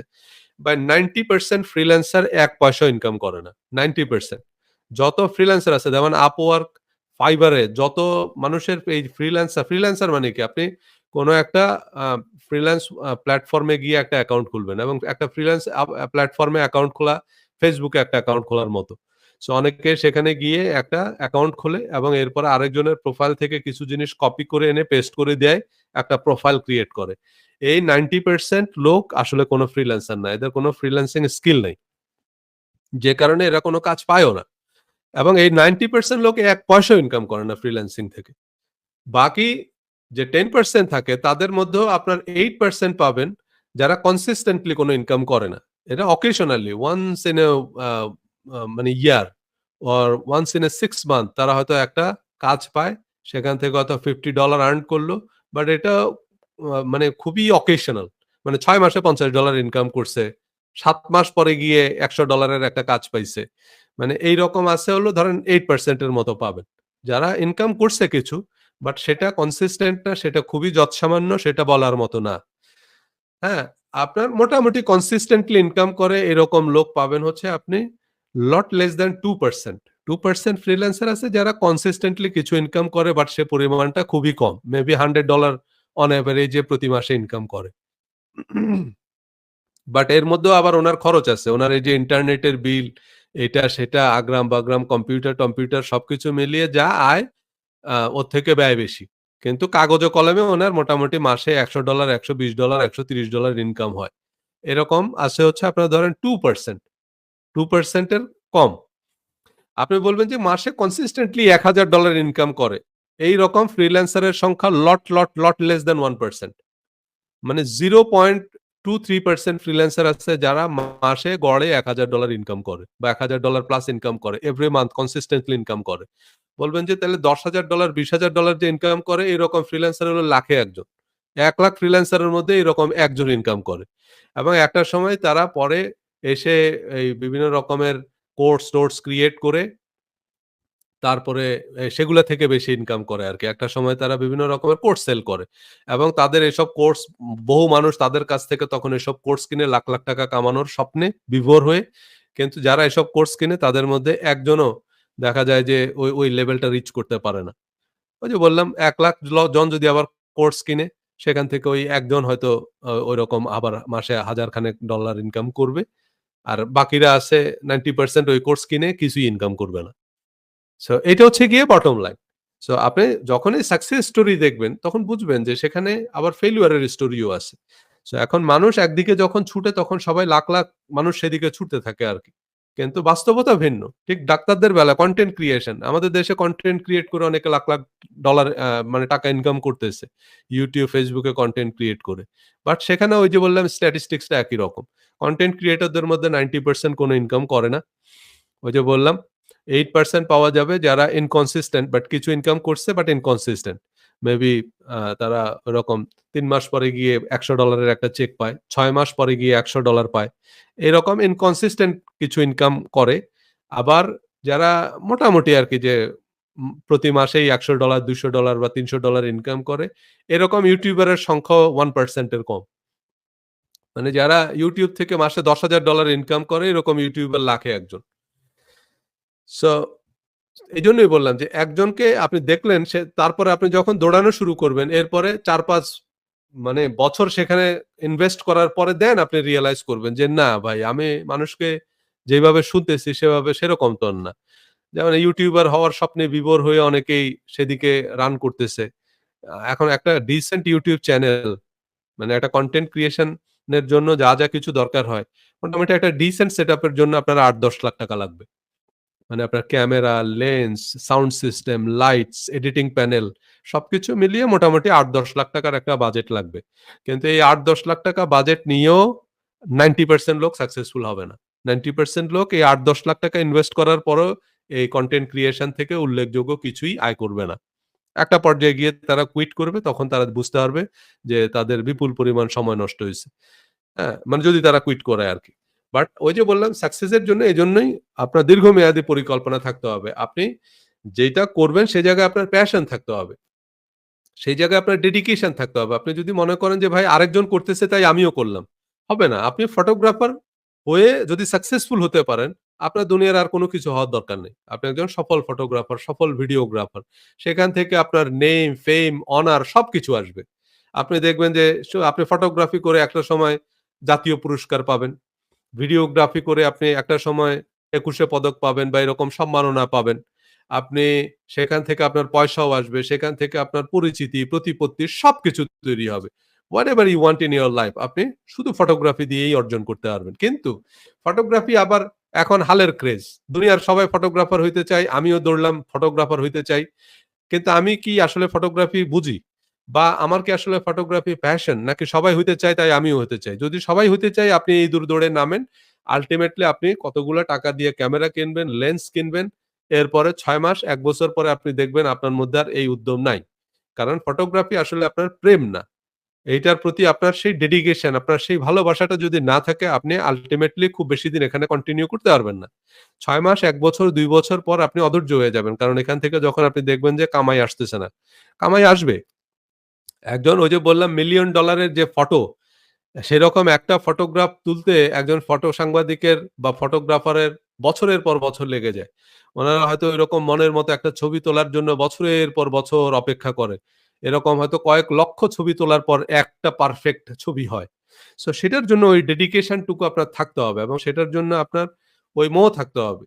ওই মোহ না থাকলে আপনি পারবেন না। আপনাকে একটা সময়ে গিয়ে আপনি অধৈর্য হয়ে যাবেন, একটা সময়ে গিয়ে আপনি অস্থির হয়ে যাবেন, একটা সময়ে গিয়ে আপনি ডিমোরালাইজড, ডিমোটিভেটেড হয়ে যাবেন। সো এইরকম যেমন ধরেন আমি যে YouTube করতেছি, এখন ভাই YouTube তো আর আমার রুটি-রুজি না। মানে আমি তো আর এমন না যে আমাকে YouTube থেকেই পয়সা কামাইতে হবে। YouTube হচ্ছে আমার শখ। আমি চিন্তা করতেছি যে ভাই আমার কিছু কথা আছে, আমার কিছু চিন্তা আছে, সেই জিনিসগুলো আমি একটু মানুষের সাথে শেয়ার করব। সো আমার এখান থেকে ইনকাম হচ্ছে কি হচ্ছে না, এইটা আমার কাছে ইম্পোর্টেন্ট বিষয় না। আমার যদি আগামী ৫ বছরও কোনো ইনকাম না হয় এখান থেকে, আমার তো কোনো সমস্যা নাই। কারণ আমার তো আল্টিমেটলি মানুষের সাথে কথা বলতে হবে। আমি এমনিতেই ব্যক্তিগতভাবে পার্সোনালি খুব কম মানুষের সাথে মিশি। মানে এটা আ আমার মানে ছোটবেলা থেকে আমি একটু ঘরকুনো স্বভাবের আরকি। আমার আত্মীয়স্বজনরা আমার খুব একটা চিনে না আরকি। মানে আমি যে একজন মানুষ আছি, এইটা অনেকেরই খবর নাই আরকি। যে সে একজন আছে এদিক দিয়ে। সেইজন্য আমাকে খুব বেশি একটা মানুষ আমার আমার ফ্যামিলি মেম্বাররাও খুব একটা আমাকে চিনে না। আমার যোগাযোগ কমিউনিকেশন অত্যন্ত খারাপ। আমি ইভেন ফোন-টোন দিয়েও আমাকে কেউ পায় না আরকি। আ অনেকেই এখানে আমাকে মাঝে, মাঝেই ফোন করেন।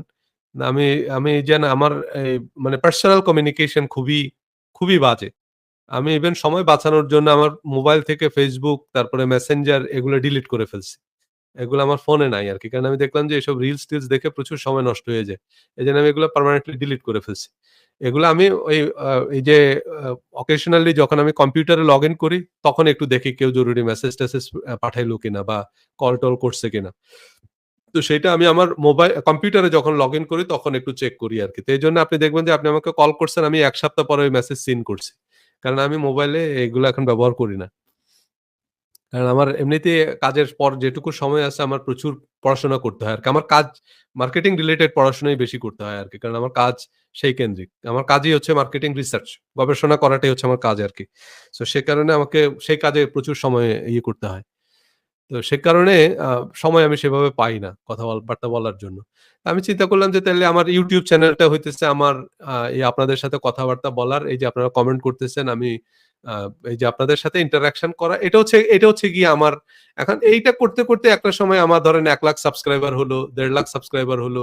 একটা সময় গিয়ে হয়তো YouTube থেকে আমার অনেক টাকা ইনকাম হবে। হোক, না হইলেও কোনো সমস্যা নাই।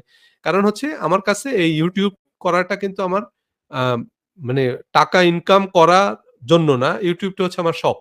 যে কারণে এটা থেকে যদি আমার ১০ বছরও সময় কোনো ইনকাম না হয়, তাতে আমার কোনো অসুবিধা নাই। কিন্তু আপনি যদি মনে করেন যে ভাই আমার YouTube থেকে পয়সা কামাইতে হবে। YouTube আমার শখ না। আমার এটা হচ্ছে আমার পয়সা কামানোর আ একটা মাধ্যম। তাহলে আপনি বেশি সময় ধরতে পারবেন না কিন্তু। আপনি আ এই যে অনেকে YouTube শুরু করে। Facebook এ কনটেন্ট বানানো শুরু করে। বাট একটা সময় গিয়ে কিন্তু তারা আর ধৈর্য রাখতে পারে না। কারণ হচ্ছে ওইটা তার শখ না। ওইটা হচ্ছে উনি দেখছে যে মানুষ পয়সা রোজগার করে, আমারও এখন পয়সা কিছু কামাইতে হবে। এরপরে গিয়ে আর পারে না। সো জি, এই যে আফ আ ফিরোজ ভাই কমেন্ট করছে, "আমার চেনা বহুজনের ক্যামেরা পচে যাচ্ছে।" শুরু করছে, শেষ করে নাই। হ্যাঁ, কথা সত্য। এই ফটোগ্রাফার মানে হঠাৎ করে আপনি একজন ফটোগ্রাফারের লাইফস্টাইল দেখে বা একটা আর্ট গ্যালারিতে গিয়ে হয়তো একটা ছবি দেখলেন যে একটা ছবির দাম কত? ৳৫,০০,০০০। আপনি চিন্তা করলেন কি বলে? একটা ছবির দাম ৳৫,০০,০০০ তাহলে ফটোগ্রাফারই হইতে হবে। এই কিন্তু আপনি ক্যামেরা-ট্যামেরা কিনে লেন্স-ফেন্স কিনে কোর্স-মোর্স করে ২-৩ দিন ছবি-টবি তুলে খুব হুলস্থুল। ব্যাস এরপরে ৩ মাস পরে আর নাই। এই ক্যামেরা পড়ে রইছে ওইখানে ওই জায়গায়। সো এরকম YouTube এ অনেকে কনটেন্ট বানানো শুরু করছে। খুব আয়োজন-টায়োজন করে একেবারে স্টুডিও বানিয়ে এরপরে আর নাই। ৩ মাস পরে আর নাই। কনটেন্ট কিছু ভিডিও আপলোড করছে। আপলোড করার পরে দেখলো যে না, সেরকম ভিউ-টিউ হচ্ছে না বা ভিউ হইতে টাইম লাগবে। এটা আস্তে, আস্তে আপনার নিজেরও কনটেন্টের কোয়ালিটি ইমপ্রুভ করবে সময়ের সাথে, সাথে। সো এগুলো হচ্ছে যাই হোক আমাদের এই যে জীবনের অভিজ্ঞতা, সেসব অভিজ্ঞতা আমাদের মধ্যে এই জিনিসগুলো তৈরি করে। দেখেন, এই যে আমাদের জীবনের অভিজ্ঞতা, এই দুনিয়ায় আপনার সবচেয়ে অপছন্দের মানুষটাই কিন্তু আরেকজনের অতি আদরের। তাই না? এই যে মানুষটাকে আপনি সবচেয়ে অপছন্দ করেন, ধরেন আপনি একটু কল্পনা করেন যে আপনার সবচেয়ে অপছন্দের মানুষকে, যারা আপনি ২ চোখে দেখতে পারেন না, তার কথা একটু কল্পনা করেন। কিন্তু সেই মানুষটাই কিন্তু আরেকজনের কাছে আবার অতি আদরের। সুতরাং সেই মানুষটা নয়, বরং সেই মানুষটা সম্পর্কে আপনার যে অভিজ্ঞতা, সেই অভিজ্ঞতাটাই কিন্তু অপছন্দের কারণ। তাহলে আপনি তাকে যে অপছন্দ করতেছেন, সেটার কারণ হচ্ছে তার সম্পর্কে আপনার অভিজ্ঞতা। সে হয়তো আপনার সাথে মিসবিহেভ করছে, সে হয়তো আপনাকে মিসট্রিট করছে। তাই না? এই অভিজ্ঞতা। তাই না? যেমন ধরেন ঢাকা শহর যদি আপনি লোকাল বাসে করে দেখেন, তাহলে ঢাকা একরকম। আবার এই একই ঢাকা শহর যদি আপনি BMW গাড়িতে বসে দেখেন, তাহলে ঢাকা আরেক রকম। তাহলে দেখেন এই যে অভিজ্ঞতা। কথা হচ্ছে ঢাকা শহর কেমন? ডিপেন্ড করে ভাই। আপনি কি লোকাল বাসে করে ঢাকায় কি আপনি লোকাল বাসে চলাচল করেন নাকি BMW গাড়িতে করে চলাচল করেন? ভাই BMW গাড়িতে যদি চলাচল করেন তাইলে ঢাকা শহর থেকে সুন্দর শহর পৃথিবীর আর ২য় টা নাই। যেমন ধরেন এখন এই যে রাষ্ট্রপতি জনাব শাহাবুদ্দিন, উনি যখন ঢাকায় চলাচল করে তখন তো পুরা রাস্তা ফাঁকা। তাই না? সামনে গার্ড, পিছে গার্ড, তারপরে আপনার ধরেন এই যে রাস্তায় পুলিশ, তো এই যে উনি যে এখন চলাচল করতেছে প্রেসিডেন্টের লিমুজিনে চড়ে, সেখানে যিনি প্রেসিডেন্ট গাড়ি চালায় আরকি, ওই যে হাতের মধ্যে গ্লাভস-টাভস লাগায় একজন ড্রাইভার গাড়ি চালাচ্ছে। উনি পিছনে বসে আছে। তাই না? পিজিআর এর আ মানে আপনার চিফ, উনি হয়তো ফ্রন্ট সিটে বসা আছে। তাই না? ওরকম ওয়েল ডেকোরেটেড কয়েকজন অফিসার উনার সামনে পিছনে, তারপরে মিলিটারি ভেহিকল। তাই না? এগুলা, এই যে উনার বহর যে যাচ্ছে, এখন সেই বহরে বসে যদি আপনি ঢাকা শহর দেখেন, আপনার কাছে মনে হবে যে, "ওহ মাই গড! ঢাকার থেকে সুন্দর শহর আর পৃথিবীর ২য় টা নাই।" তাই না? সো আবার আপনি যদি ভাই লোকাল বাসে চড়ে যদি ঢাকা শহর দেখেন, তাহলে ঢাকার মতো জঘন্য শহর আর ২য় টা নাই। সে ডিপেন্ড করতেছে ঢাকা সম্পর্কে আপনার অভিজ্ঞতা কি? ঢাকায় আপনি কোথায় আছেন? ঢাকায় কি আপনি আ গুলশানে আছেন? নাকি পোস্তগোলায় আছেন? ডিপেন্ড করে। তাই না? এখন আ আমাদের আ ঢাকা সম্পর্কে অভিজ্ঞতাটা কি? সে অভিজ্ঞতার উপরে নির্ভর করবে ঢাকাকে আমি কেমন দেখব। ঠিক নিউ ইয়র্কও। নিউ ইয়র্কে আপনি কোথায় আছেন ভাই? নিউ ইয়র্কে আপনি যদি ট্রাম্প টাওয়ারে থাকেন তাহলে নিউ ইয়র্ক একরকম। আবার নিউ ইয়র্কে আপনি যদি একেবারে সস্তা গলির কোনো একটা বেসমেন্টে থাকেন, তাহলে নিউ ইয়র্ক আরেক রকম। এখন নিউ ইয়র্কে কে কিরকম দেখবে সেটার উপরে নির্ভর করে। যেমন আমি আ আমেরিকায় আসার আগে আমার এক পুরনো পরিচিত কলিগ আরকি। উনিও আমার আগে আমেরিকায় আসছিল। এসে উনি ৬ মাসের মতো ছিল। তো আমি ওনাকে জিজ্ঞেস করলাম যে, "ভাই কি অবস্থা? সেখানে গিয়ে কাজ-বাজের কি হাল হাকিকত?" তো উনি আমাকে বলল যে, "ভাই" উনি যে বিবরণ আমাকে দিল আরকি, তাতে আমার আমেরিকা আসার আগ্রহই নষ্ট হয়ে গেছে। আমি বললাম যে, "ভাই কি বলেন?" উনি আমাকে বলল যে, "ভাই আমি ৬ মাস আমেরিকায় ছিলাম, আমি আমেরিকার সূর্য দেখি নাই।" আমি বললাম, "কি বলেন? আমেরিকায় কি সূর্য উঠে না? আমেরিকার সূর্য দেখেন নাই কেন?" তো উনি আমাকে বিবরণ দিল। বলে যে, "আমি গিয়ে আমার শ্বশুরবাড়িতে উঠছি।" শ্বশুরবাড়ি বলতে শ্বশুরবাড়ির আত্মীয় বা ওই দিকের কারো এক বাড়িতে উঠছে আরকি। তো বলল যে, "আমি অ্যা এই এয়ারপোর্টে নামছি হলো সন্ধ্যার পরে। এয়ারপোর্ট থেকে চেক-টেক করে আমি বের হইছি। বের হয়ে তো আমি বাসায় চলে গেলাম। তারা এয়ারপোর্ট থেকে নিয়ে আমাকে বাসায় নিয়ে গেল। আমি খেয়ে-দেয়ে ঘুমাইলাম এবং আমি যাওয়ার আগেই তারা আমার জন্য একটা চাকরি ঠিক করে রাখছে। সো আমি যেদিন সন্ধ্যায় গেলাম, সেদিন ভোররাত থেকেই আমার চাকরিতে জয়েনিং। সেটা কি? সেটা একটা ট্রেন স্টেশন। নিউ ইয়র্কের ট্রেন তো হচ্ছে মাটির নিচে, সাবওয়ে, মাটির নিচে। সো সেই ট্রেন স্টেশন গুলোতে একটা ক্যান্ডি স্টোর থাকে। ওই যে বিভিন্ন রকমের টকলেট বিক্রি করে। তারপরে হচ্ছে আপনার ওই যে নিউজপেপার-টেপার বিক্রি করে আরকি। তো ছোট্ট স্টল, এবং সেখানে ওই একজনই ওই স্টলটা চালায়। মানে ওই একজনই গিয়ে ওই দোকানটা খোলে এবং উনি সারাদিন শেষে আবার ওই দোকানটা বন্ধ করে চলে যায় আরকি। একজন। মানে সেখানে মাল্টিপল এমপ্লয়ি রাখলে দোকানদারের পোষাবে না। তো এরকম একটা দোকানে উনার চাকরি ঠিক হলো। তো উনি ওই যে ভোরবেলায় আবার ওই যে ওইখান থেকে রওনা দিছে আরকি। ট্রেন স্টেশন তো মাটির নিচে ঢুকে গেছে। এরপরে যে স্টেশনে উনার দোকান, সেই স্টেশনে এসে উনি নেমেই তো দোকান খুলে সেখানে দোকানদারি শুরু করে।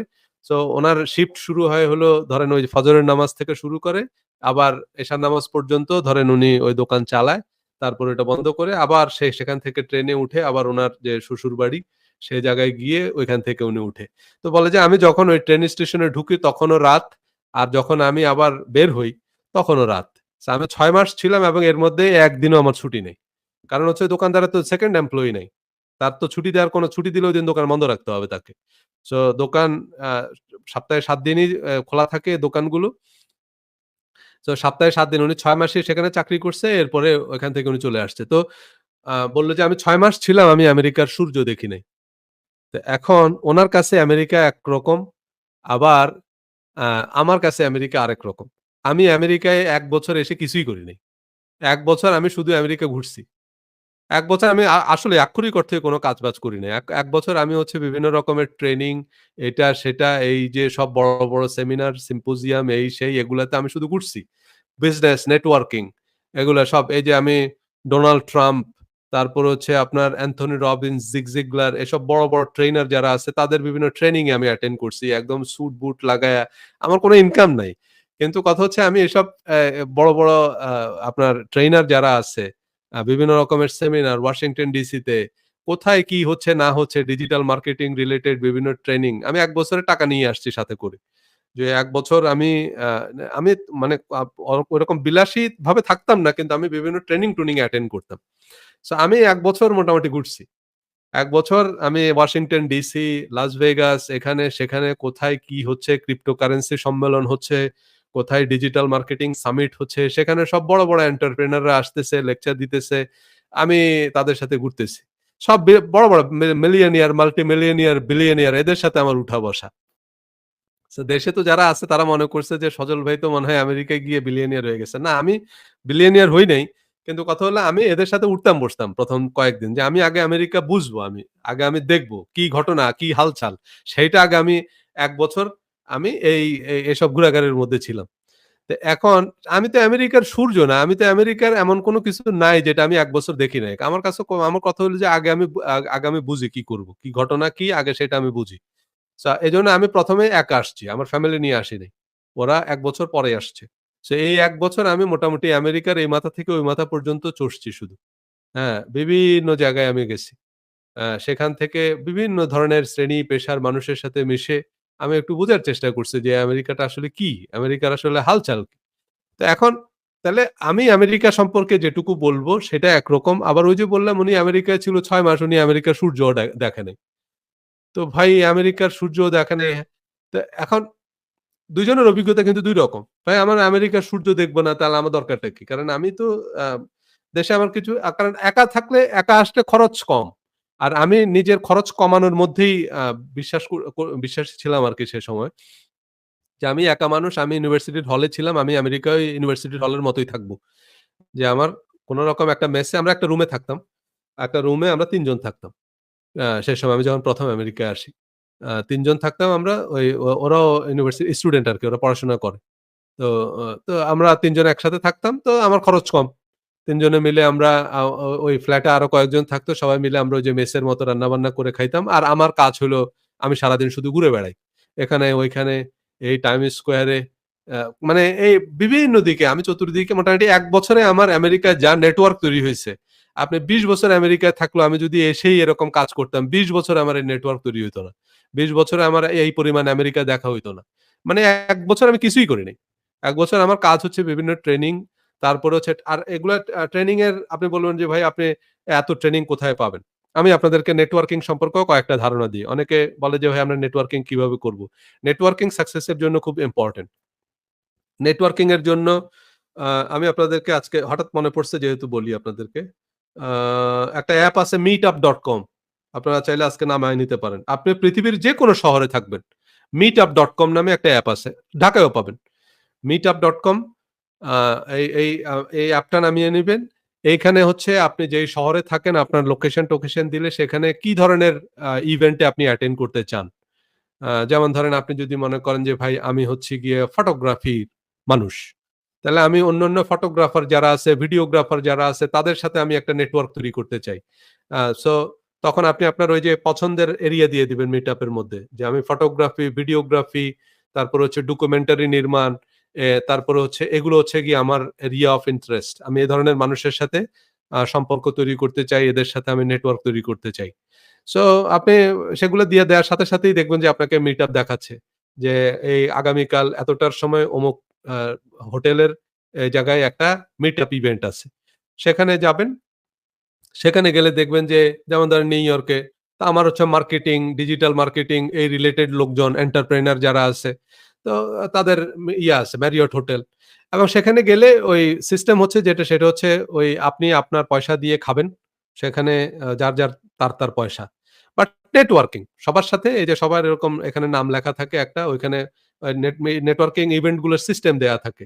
আপনি ওই ঢুকার সময় যিনি আয়োজন করে উনি ঐরকম একটা প্লে নেম প্লেটের মতো দিয়ে রাখবে আরকি। সেখানে আপনি আপনার নাম লিখবেন, লিখে এখানে লাগায় দিবেন আরকি।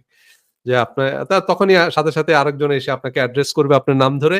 আপনি কি করেন? কোথা থেকে আসছেন? আমি অমুক, আমি এই ফটোগ্রাফার বা আমি ডিজিটাল মার্কেটার বা আমি এই বিজনেস করি। এইভাবে বিভিন্ন ইভেন্টে আপনি অ্যাটেন্ড করতে পারবেন। অনেকের সাথে আপনার কারণ সেখানে অন্যান্য যারা আসছে তারাও নেটওয়ার্কিং করতেই আসছে। তারাও আরেকজনের সাথে পরিচিত হতেই আসছে। সো আপনি ইমিডিয়েটলি কিন্তু অনেকগুলো মানুষের সাথে পরিচিত হয়ে যাবেন। তাদের ফোন নাম্বার নিয়ে আসবেন। তাদেরকে আপনি এসএমএস করেন। তারা আপনাকে আবার রিপ্লাই দিবে। তারাও আপনার সাথে রিলেশন বিল্ড করতেই আসছে। সো সেখানে আপনি দেখবেন যে খুব দ্রুত আপনি একটা নতুন শহরে গিয়ে আপনি রাতারাতি কয়েকশো মানুষের নেটওয়ার্ক বানায় ফেলতে পারবেন। মানে রাতারাতি আপনি অসংখ্য আপনার প্রফেশনে, আপনার পেশা, আপনার কাজের সাথে রিলেটেড এরকম অসংখ্য মানুষের সাথে আপনি যোগাযোগ তৈরি করে ফেলতে পারবেন। কিন্তু অনেকে বলে যে, "ভাই আমরা কিভাবে মানুষের সাথে নেটওয়ার্ক তৈরি করব সেটা তো আমরা জানি না।" এই যে সেভাবেই করবেন। আপনি আপনার শহরে মানে ফিজিক্যালি একটা তো হচ্ছে সোশ্যাল মিডিয়ায় আমরা নেটওয়ার্ক তৈরি করি। কিন্তু ফিজিক্যালি যদি আপনি কারো সাথে মানে সরাসরি যদি কারো সাথে যোগাযোগ তৈরি করতে চান যিনি আপনার কাছাকাছি আছেন, তাহলে সেটার জন্য অ্যাপ্রোপ্রিয়েট হচ্ছে meetup.com meetup.com এই অ্যাপটা আপনারা নামিয়ে নিলেই আপনি যেমন যদি ঢাকায় থাকেন, তাহলে আপনি যেই প্রফেশনে আছেন, যেই প্রফেশনেই আপনি থাকেন, যেমন ধরেন আপনি এক্সপোর্ট ইম্পোর্ট ব্যবসা করেন। আপনি চিন্তা করলেন এক্সপোর্ট ইম্পোর্ট এর সাথে রিলেটেড যারা আছে। এখন যদি আপনি সেরকম ইভেন্ট না পান, আপনি নিজেও একটা ইভেন্ট ক্রিয়েট করতে পারবেন। আপনি একটা ইভেন্ট ক্রিয়েট করবেন, নাম দিবেন যে আমরা অমুক, অমুক রেস্টুরেন্টে আমরা বসবো বা কোনো একটা পার্কে হইতে পারে, কোনো একটা টিএসসি তে হইতে পারে। এরকম একটা জায়গায় আমরা বসবো। আপনি একটা ইভেন্ট ক্রিয়েট করবেন দেখবেন যে সেই ইভেন্টে ৩০-৪০ জন লোক আসছে। তো আসার পরে সেখানে ওই যে এরকম স্টিকার লাগায় দিবেন। সবাই এরকম সবার নাম রাখবে। সবাই সবার সাথে পরিচিত হবে। কে কি করতেছে। আস্তে, আস্তে দেখবেন যে আপনার ওই সমমনা বা ওই একই পেশার অন্যান্য মানুষের সাথে আপনি নেটওয়ার্ক তৈরি করে ফেলছেন খুব দ্রুত। সো আ এইভাবে আপনি চাইলে নেটওয়ার্ক তৈরি করতে পারেন। সো এজন্যই বললাম যে আমাদের জীবনের অভিজ্ঞতা আ যেরকম হবে আরকি। তো এখন এই নিউ ইয়র্কে আপনি ১ম যেভাবে দেখবেন আ সেটা একরকম। আবার ওই যে বললাম আপনি যদি নিউ ইয়র্কে ৬ মাস আমেরিকার সূর্য না দেখেন তাইলে আমেরিকা সম্পর্কে আপনার কি ধারণা তৈরি হবে? আমেরিকা তো অন্ধকার। সো ডিপেন্ড করে যে আপনি কিভাবে দেখবেন দুনিয়াটাকে। সো আমাদের জীবনের অভিজ্ঞতা, কোনো একটা কাজ, কোনো একটা শহর, কোনো জীবনের সবকিছু। বিভিন্ন ব্যক্তি বা বস্তুর প্রতি আমাদের আচরণ বা দৃষ্টিভঙ্গি নির্ধারিত হয় আমাদের অভিজ্ঞতার ভিত্তিতে। যেমন কোনো ধর্মগ্রন্থ বা রাজনৈতিক দলের গঠনতন্ত্রে কি লেখা আছে সেসব নয়। আমরা কোনো নির্দিষ্ট ধর্মের অনুসারী বা রাজনৈতিক দলের সদস্যদের কর্মকাণ্ড সম্পর্কে তাদের যে অভিজ্ঞতা, আমাদের যে অভিজ্ঞতা তার ভিত্তিতে সেই দল বা ধর্মকে মূল্যায়ন করি। দেখেন কোন দল বা কোন রাজনৈতিক দল বা সেসব আমাদের কাছে কিন্তু মুখ্য বিষয় না। আমরা যে জিনিসটা দেখি সেটা হচ্ছে সেই দল বা সেই ধর্মের মানুষের যে আচরণ, সেই ধর্মের যে কর্মকাণ্ড সেটা দিয়েই আমরা সে ধর্মকে মূল্যায়ন করি। সে ধর্মের গ্রন্থে কি লেখা আছে সেসব আমাদের কাছে মুখ্য না। এই একই রকম ভাবে হচ্ছে কি কোন ব্যবসা প্রতিষ্ঠান বা পণ্য বা সেবা সম্পর্কে একবার বিরূপ ধারণা তৈরি হলে সে ধারণা বদলানো বেশ কঠিন। যে চাকরিগুলো সম্পর্কে মানুষের ধারণা অনেক উঁচুতে, আমরা বুঝে না বুঝে সেসব চাকরির পিছনে ছুটতে থাকি। যে নতুন সম্ভাবনাগুলো আমাদের চোখেই পড়ে না। কথা হচ্ছে যে এই যে কোন একটা ব্যবসা প্রতিষ্ঠান বা এই যে পণ্য বা সেবা সম্পর্কে আ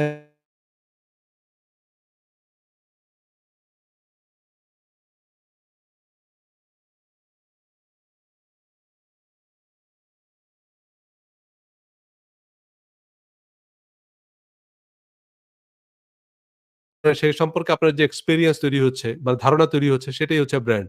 কোন কারণে একবার যদি আপনার এই ধারণাটা নষ্ট হয়ে যায়, এই ধারণাটা যদি বদলায় তাহলে আর সেইটা রেনোভেট করা কিন্তু খুব মুশকিল।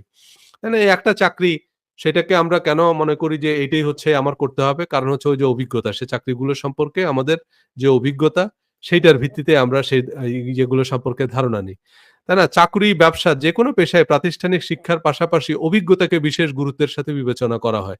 দেখেন আপনি কোন একটা চাকরিতে বি আ আ আবেদন করবেন। আপনি যতই কোর্স করেন, যত যা কিছুই করেন, যতই আপনার সার্টিফিকেশন থাকুক, ইন্টারভিউতে তারা একটা জিনিসই নিশ্চিত হতে চাইবে সেটা হচ্ছে অভিজ্ঞতা। হ্যাঁ, অভিজ্ঞতা না হলে আপনি এন্ট্রি লেভেলে হয়তো একটা চাকরি পাবেন। কিন্তু সিনিয়র পজিশনে উঠতে গেলে আপনার কি লাগবে?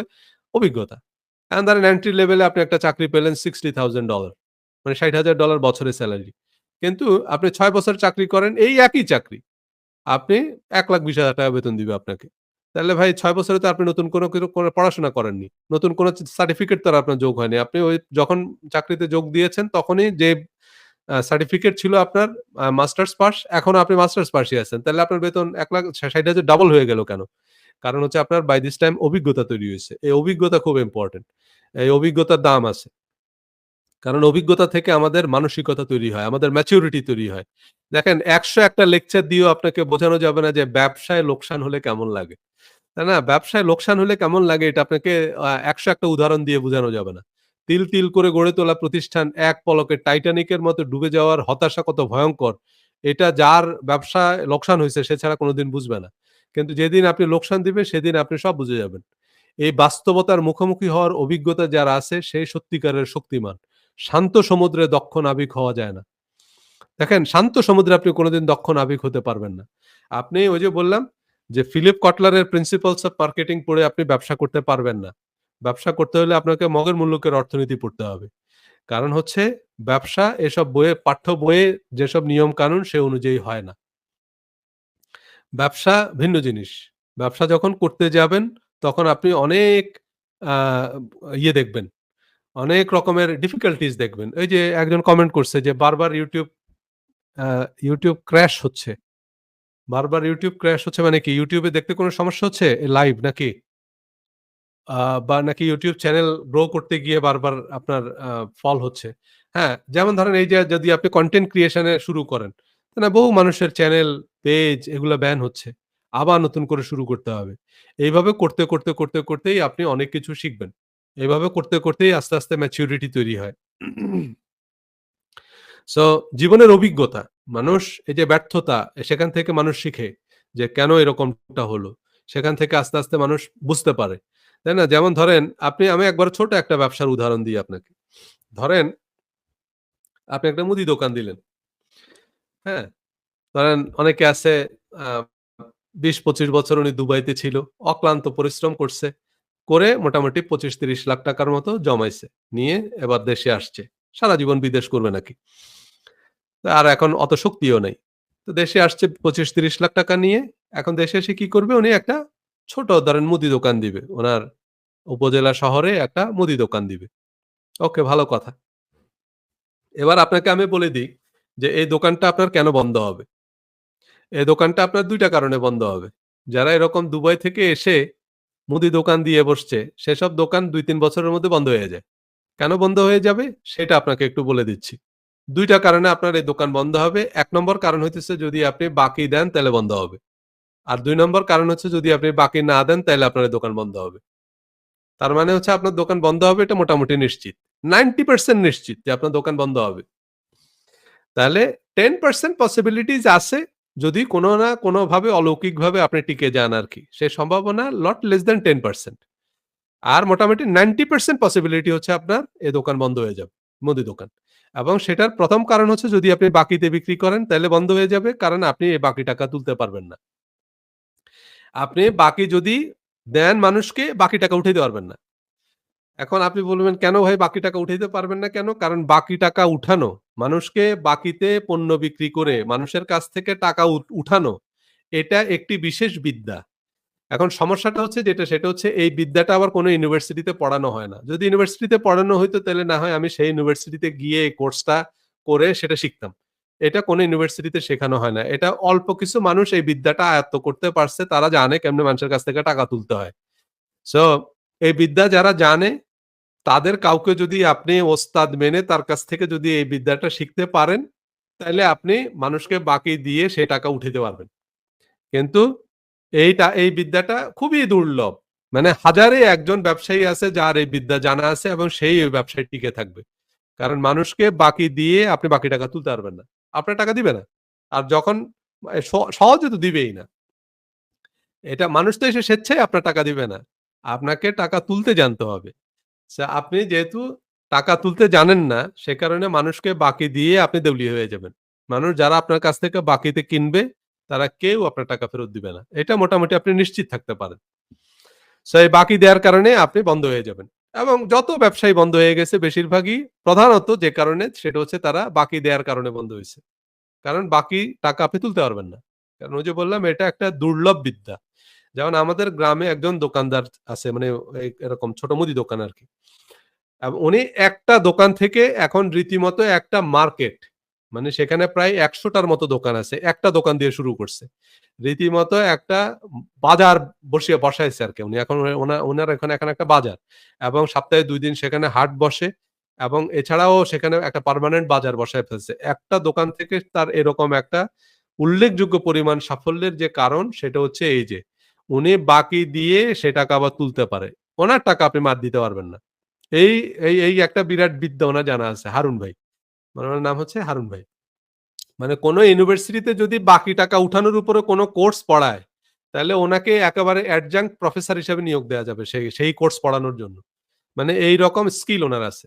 মানে আপনি কবরে যাইতে পারবেন কিন্তু উনার টাকা আপনি মাইর দিতে পারবেন না। ও বাইচা থাকলে উনার টাকা দিতে হবে। সো এজন্য উনি বাকি দিবে, আবার সেই বাকি টাকা কিন্তু উনাকে আবার আপনার দিতে হবে। উনার টাকা না দিয়ে আপনি যেতে পারবেন না। সো এই বিদ্যাটা, এই স্কিলটা উনার আছে। এখন আর ২য় যেটা সেটা হচ্ছে হ্যাঁ, আমি বাকি দিয়ে বাকি টাকা আ কি পারি টাকা তুলতে পারি। আ মিলিয়ন পাছা কথা সত্য, হ্যাঁ। তো কথা হচ্ছে আমার বন্ধু ৳৫০,০০,০০০ কীটনাশক বাকি দিয়ে দেউলিয়া। মামলা মোকদ্দমায় জীবন শেষ। কথা সত্য। আপনি যখনই ব্যবসা শুরু করবেন আপনাকে বাকি দিতেই হবে। এমনকি আমি আপনাকে বলি, নিউ ইয়র্কে অনেকে এই যে ফিরোজ ভাই আমাকে বলছিল যে উনি বাংলাদেশ থেকে কিছু প্রোডাক্ট পাঠাবেন শতরঞ্জি আমি যদি সেটা নিউ ইয়র্কে বিক্রি করি। আমি আ আজকে লাইভেই উত্তর দিই। কথাটা হচ্ছে যেটা সেটা হলো আমার আ আ মানে আমার ওয়াইফের ফ্রেন্ড ও নিউ ইয়র্কে আ মানে মানে বাংলাদেশ থেকে অনেক প্রোডাক্ট এনে নিউ ইয়র্কে বিক্রি করে আরকি। যদিও তার এই জায়গায় এক্সপেরিয়েন্স আছে। কারণ সে একটা সময় হচ্ছে প্রাণের আ মানে এখানকার আমেরিকার হেড ছিল আরকি। আ প্রাণের অনেকগুলা ব্র্যান্ড তো আমেরিকায় খুব জনপ্রিয়। তো একটা সময় সে হেড ছিল এবং মানে কান্ট্রি ম্যানেজার ছিল আরকি। আমেরিকায় প্রাণের কান্ট্রি ম্যানেজার ছিল যে কারণে সে ব্যবসাটা শিখছে খুব ভালোভাবেই।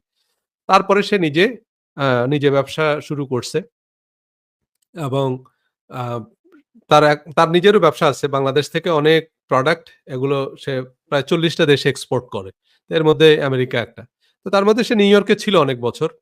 তারপরেও শুধু নিউ ইয়র্কে আমরা মানে ওর সাথে কথা হচ্ছিল। তো তখন বলল আরকি বলে যে, "ভাই শুধু নিউ ইয়র্কেই ব্যবসায়ীদের কাছে আমার প্রায় $৭,০০,০০০ বাকি।" এই $৭,০০,০০০ এর মধ্যে $৪,০০,০০০ ৩ মাস পার হয়ে গেছে। মানে $৪,০০,০০০ এগুলো হচ্ছে মানে এক্সপায়ার্ড হয়ে গেছে আরকি। ৩ মাসের বেশি যদি হয়ে যায়, তখন সেটা তাদের জন্য একটু ডিফিকাল্ট হয়ে যায় সিচুয়েশন। মানে সেটা পাওয়ার চান্স খুব কম হয়ে যায় আরকি। ৩ মাসের বেশি যদি সময় ডিউ হয়। তার মানে সেটা আটকায় গেছে, সেটা সেটার জন্য কেস-টেস করা লাগবে আরকি। সেটা আবার জটিল প্রক্রিয়া। তাহলে দেখেন এরকম $৭,০০,০০০ এর মতো তার বাকি। তো এটা হচ্ছে নিউ ইয়র্কের মতো অবস্থায়। তো তো যে ব্যবসা জানে দেখে সে হয়তো টিকে আছে, সে টিকে যাবে। কিন্তু বহু ব্যবসায়ী এরকম বাংলাদেশ থেকে আমেরিকা আসার পরেই তারা বাংলাদেশ থেকে মাল নিয়ে আসে। আর এখানকার ব্যবসায়ীরাও চিনে।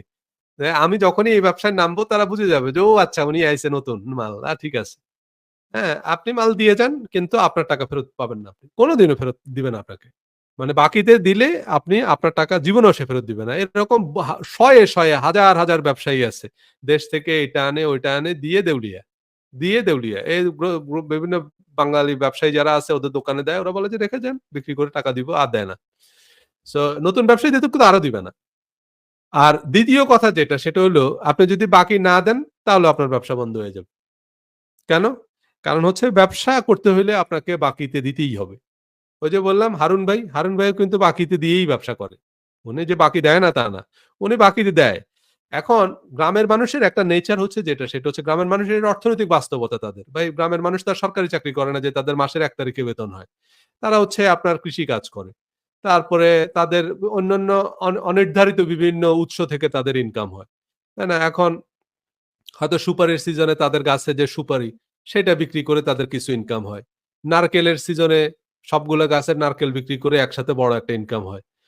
ম পুকুরে যখন মাছ বড় হয়, তখন একসাথে তারা মাছ বিক্রি করে। সেখান থেকে তার হয়তো আ হঠাৎ করে ৩০-৪০ হাজার টাকা হাতে আসে। তারপরে বিভিন্ন ফসলের সিজন, ডালের সিজনে ডাল ভালো হইছে, বিক্রি করে ৳৮০,০০০ ইনকাম হইছে। আবার দেখা গেল যে কোন সিজনে ফসল তার মাইর গেছে। সো নাই এই সিজনে ইনকাম নাই। তো এখন যে সিজনে তার ইনকাম নাই, সে সিজন কি সে না খেয়ে থাকবে নাকি? তখন সে মুদি দোকানে বাকি করবে। তখন সে বাকিতে নিবে। চাল, ডাল, তেল, নুন যা লাগে দোকানদারের কাছ থেকে বাকিতে নিবে। নিয়ে কারণ তার তো খেতে হবে, তার তো চলতে হবে। সো কিন্তু ওই দোকানদার আবার জানে কাকে বাকিতে দিতে হবে, কত টাকা পর্যন্ত বাকিতে দিতে হবে। এবং সে জানে যে হ্যাঁ, আবার এই দোকানদারের লগে আমার খাতিরও রাখতে হবে। কারণ আমি যদি তার টাকা না দিই সে কিন্তু আমাকে আর বাকি দিবে না। সো এজন্য দোকানদারের সাথে তার একটা রিলেশন আছে। কারণ এই বাকি লেনদেন কিন্তু গ্রামের মানুষের থাকবেই। কারণ নাইলে সে খাবে কিভাবে? কারণ হচ্ছে তার যখন হাত খালি তখন সে দোকান থেকে বাকি নিবে। আবার যখন ওই যে আ ডালের সিজনে ডাল ভালো হবে তখন আবার একসাথে ৳৮০,০০০ র ডাল বিক্রি করছে, ওই দোকানদারের বাকি দিয়ে দিছে কিন্তু। বাকি দিয়ে সে আবার সমান, সমান হয়ে গেছে। তো এখন কথা হলো আপনাকে এই বাকিতে বিক্রি করতে হবে, আবার বাকি তুলতে হবে। বাকি টাকা তুলতে হবে কিন্তু। বাকি যদি আপনি তুলতে না পারেন, সেই বিদ্যা যদি আপনার না থাকে, তাইলে আপনি দেউলিয়া হয়ে যাবেন। আবার বাকি না দিলেও আপনার ব্যবসা বন্ধ হয়ে যাবে। আপনার কাছ থেকে নগদ টাকা দিয়ে কেউ কিনবে না। এটা মোটামুটি নিশ্চিত থাকেন। কেউ আপনাকে নগদ টাকা দিবে না। আপনি নতুন ব্যবসায়ী, প্রশ্নই উঠে না। সুতরাং এই দুবাই থেকে এসে এরকম ৳৫০,০০,০০০ দিয়ে একটা ব্যবসা শুরু করবেন। হ্যাঁ? ২-৩ বছরের মধ্যে আপনার ব্যবসা বন্ধ হয়ে যাবে। সো এটা হচ্ছে বাস্তবতা। সো আমাদের এই যে অভিজ্ঞতাগুলো এবং এগুলা করতে এখন এর মধ্যে যদি আপনি টিকে থাকেন আস্তে, আস্তে যদি আপনি কিভাবে কাকে টাকা দিতে হবে, কাকে বাকি দেয়া যাবে, কতটুকু বাকি দেয়া যাবে এবং বাকি দেয়ার পরে কিভাবে টাকা উঠাতে হবে, সেই বিদ্যা আস্তে, আস্তে যদি আপনি আয়ত্ত করে ফেলতে পারেন, তাহলে আপনি টিকে যাবেন। ওই যে বললাম তখন আপনি ওই যে 10% এর মধ্যে পড়বেন আরকি। যে না 10% এর মধ্যে মোটামুটি আপনি টিকে গেছেন। সো এগুলা না বুঝে আপনি যদি ব্যবসা শুরু করেন যে আপনি শুধু ওনার কাছ থেকে আনবেন, বেচবেন আর লাভ হবে এত টাকা, এত পার্সেন্ট এই এসব বই পুস্তকের হিসাব মোতাবেক ব্যবসা হবে না। So alright.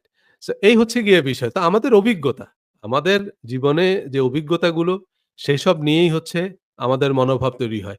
যাই হোক এরপরে আমাদের মনোভাব তৈরি হয় ৩ টা জায়গাতে। ওই যে বললাম এনভায়রনমেন্ট, এক্সপেরিয়েন্স এরপর হচ্ছে এডুকেশন। ৩ নম্বর আমাদের যে জায়গা থেকে আ তৈরি হয় মনোভাব সেটা হচ্ছে আমাদের প্রাতিষ্ঠানিক শিক্ষা। প্রাতিষ্ঠানিক শিক্ষা হচ্ছে আমাদের মনোভাব তৈরি করার একেবারে বৈজ্ঞানিক পদ্ধতি। মানে একজন মানুষকে প্রোগ্রাম করার একেবারে সায়েন্টিফিক মেথড হচ্ছে এই যে একাডেমিক কারিকুলাম। সো আমাদের একাডেমিক কারিকুলামে যদি কোন কিছু ভুল ঢুকিয়ে দেয়া যায়, তাহলে আমাদেরকে আ মানে ভুলভাবে প্রোগ্রাম করা যাবে। এজন্য দেখবেন একাডেমিক কারিকুলাম নিয়ে প্রায় সোশ্যাল মিডিয়ায় প্রচুর সমালোচনা হয়।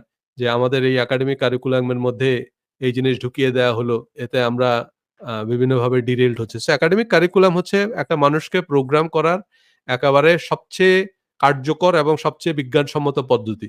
সো সেটা যদি ইতিবাচক হয় তাহলে আমরা ইতিবাচক। আর যদি সেটা নেতিবাচক হয় তাহলে আমরা নেতিবাচক হয়ে উঠি। তো এই একাডেমিক কারিকুলাম বা প্রাতিষ্ঠানিক শিক্ষা সেইটা আমাদেরকে কিভাবে প্রোগ্রাম করে যেটা আমাদেরকে ব্রিটিশ করে দিয়ে গেছে আরকি। এই যে আজ পর্যন্ত আমরা এই যে আ ব্রিটিশের মানে মানসিকভাবে আমাদের ব্রেইন কিভাবে কলোনিয়ালাইজড হয়ে গেছে। এখনো যেমন ধরেন আমরা ব্রিটিশ থেকে স্বাধীন হইছি কিন্তু আমরা মানসিকভাবে পরাধীন এখনো পর্যন্ত। এখনো পর্যন্ত আমরা সেই কলোনিয়াল আ এরায় যেরকমভাবে চিন্তা করতাম আমরা সেভাবেই চিন্তা করি। কারণ আমাদের ব্রেইন কলোনিয়ালাইজড হয়ে গেছে। সো ব্রিটিশ কিভাবে আমাদেরকে আ আ ব্রিটিশ কিভাবে আমাদেরকে এই কলোনিয়ালাইজড করে দিয়ে গেছে, উপনিবেশিক আ ই মানে দাসত্ব বীজ আমাদের মাথায় বপন করে দিয়ে গেছে প্রাতিষ্ঠানিক শিক্ষার মাধ্যমে। সেসব নিয়ে আমরা আগামী পর্বে কথা বলব। প্রাতিষ্ঠানিক শিক্ষা। কিভাবে আমাদের মনোভাব তৈরি করে। তো আজকে এ পর্যন্তই থাকলো।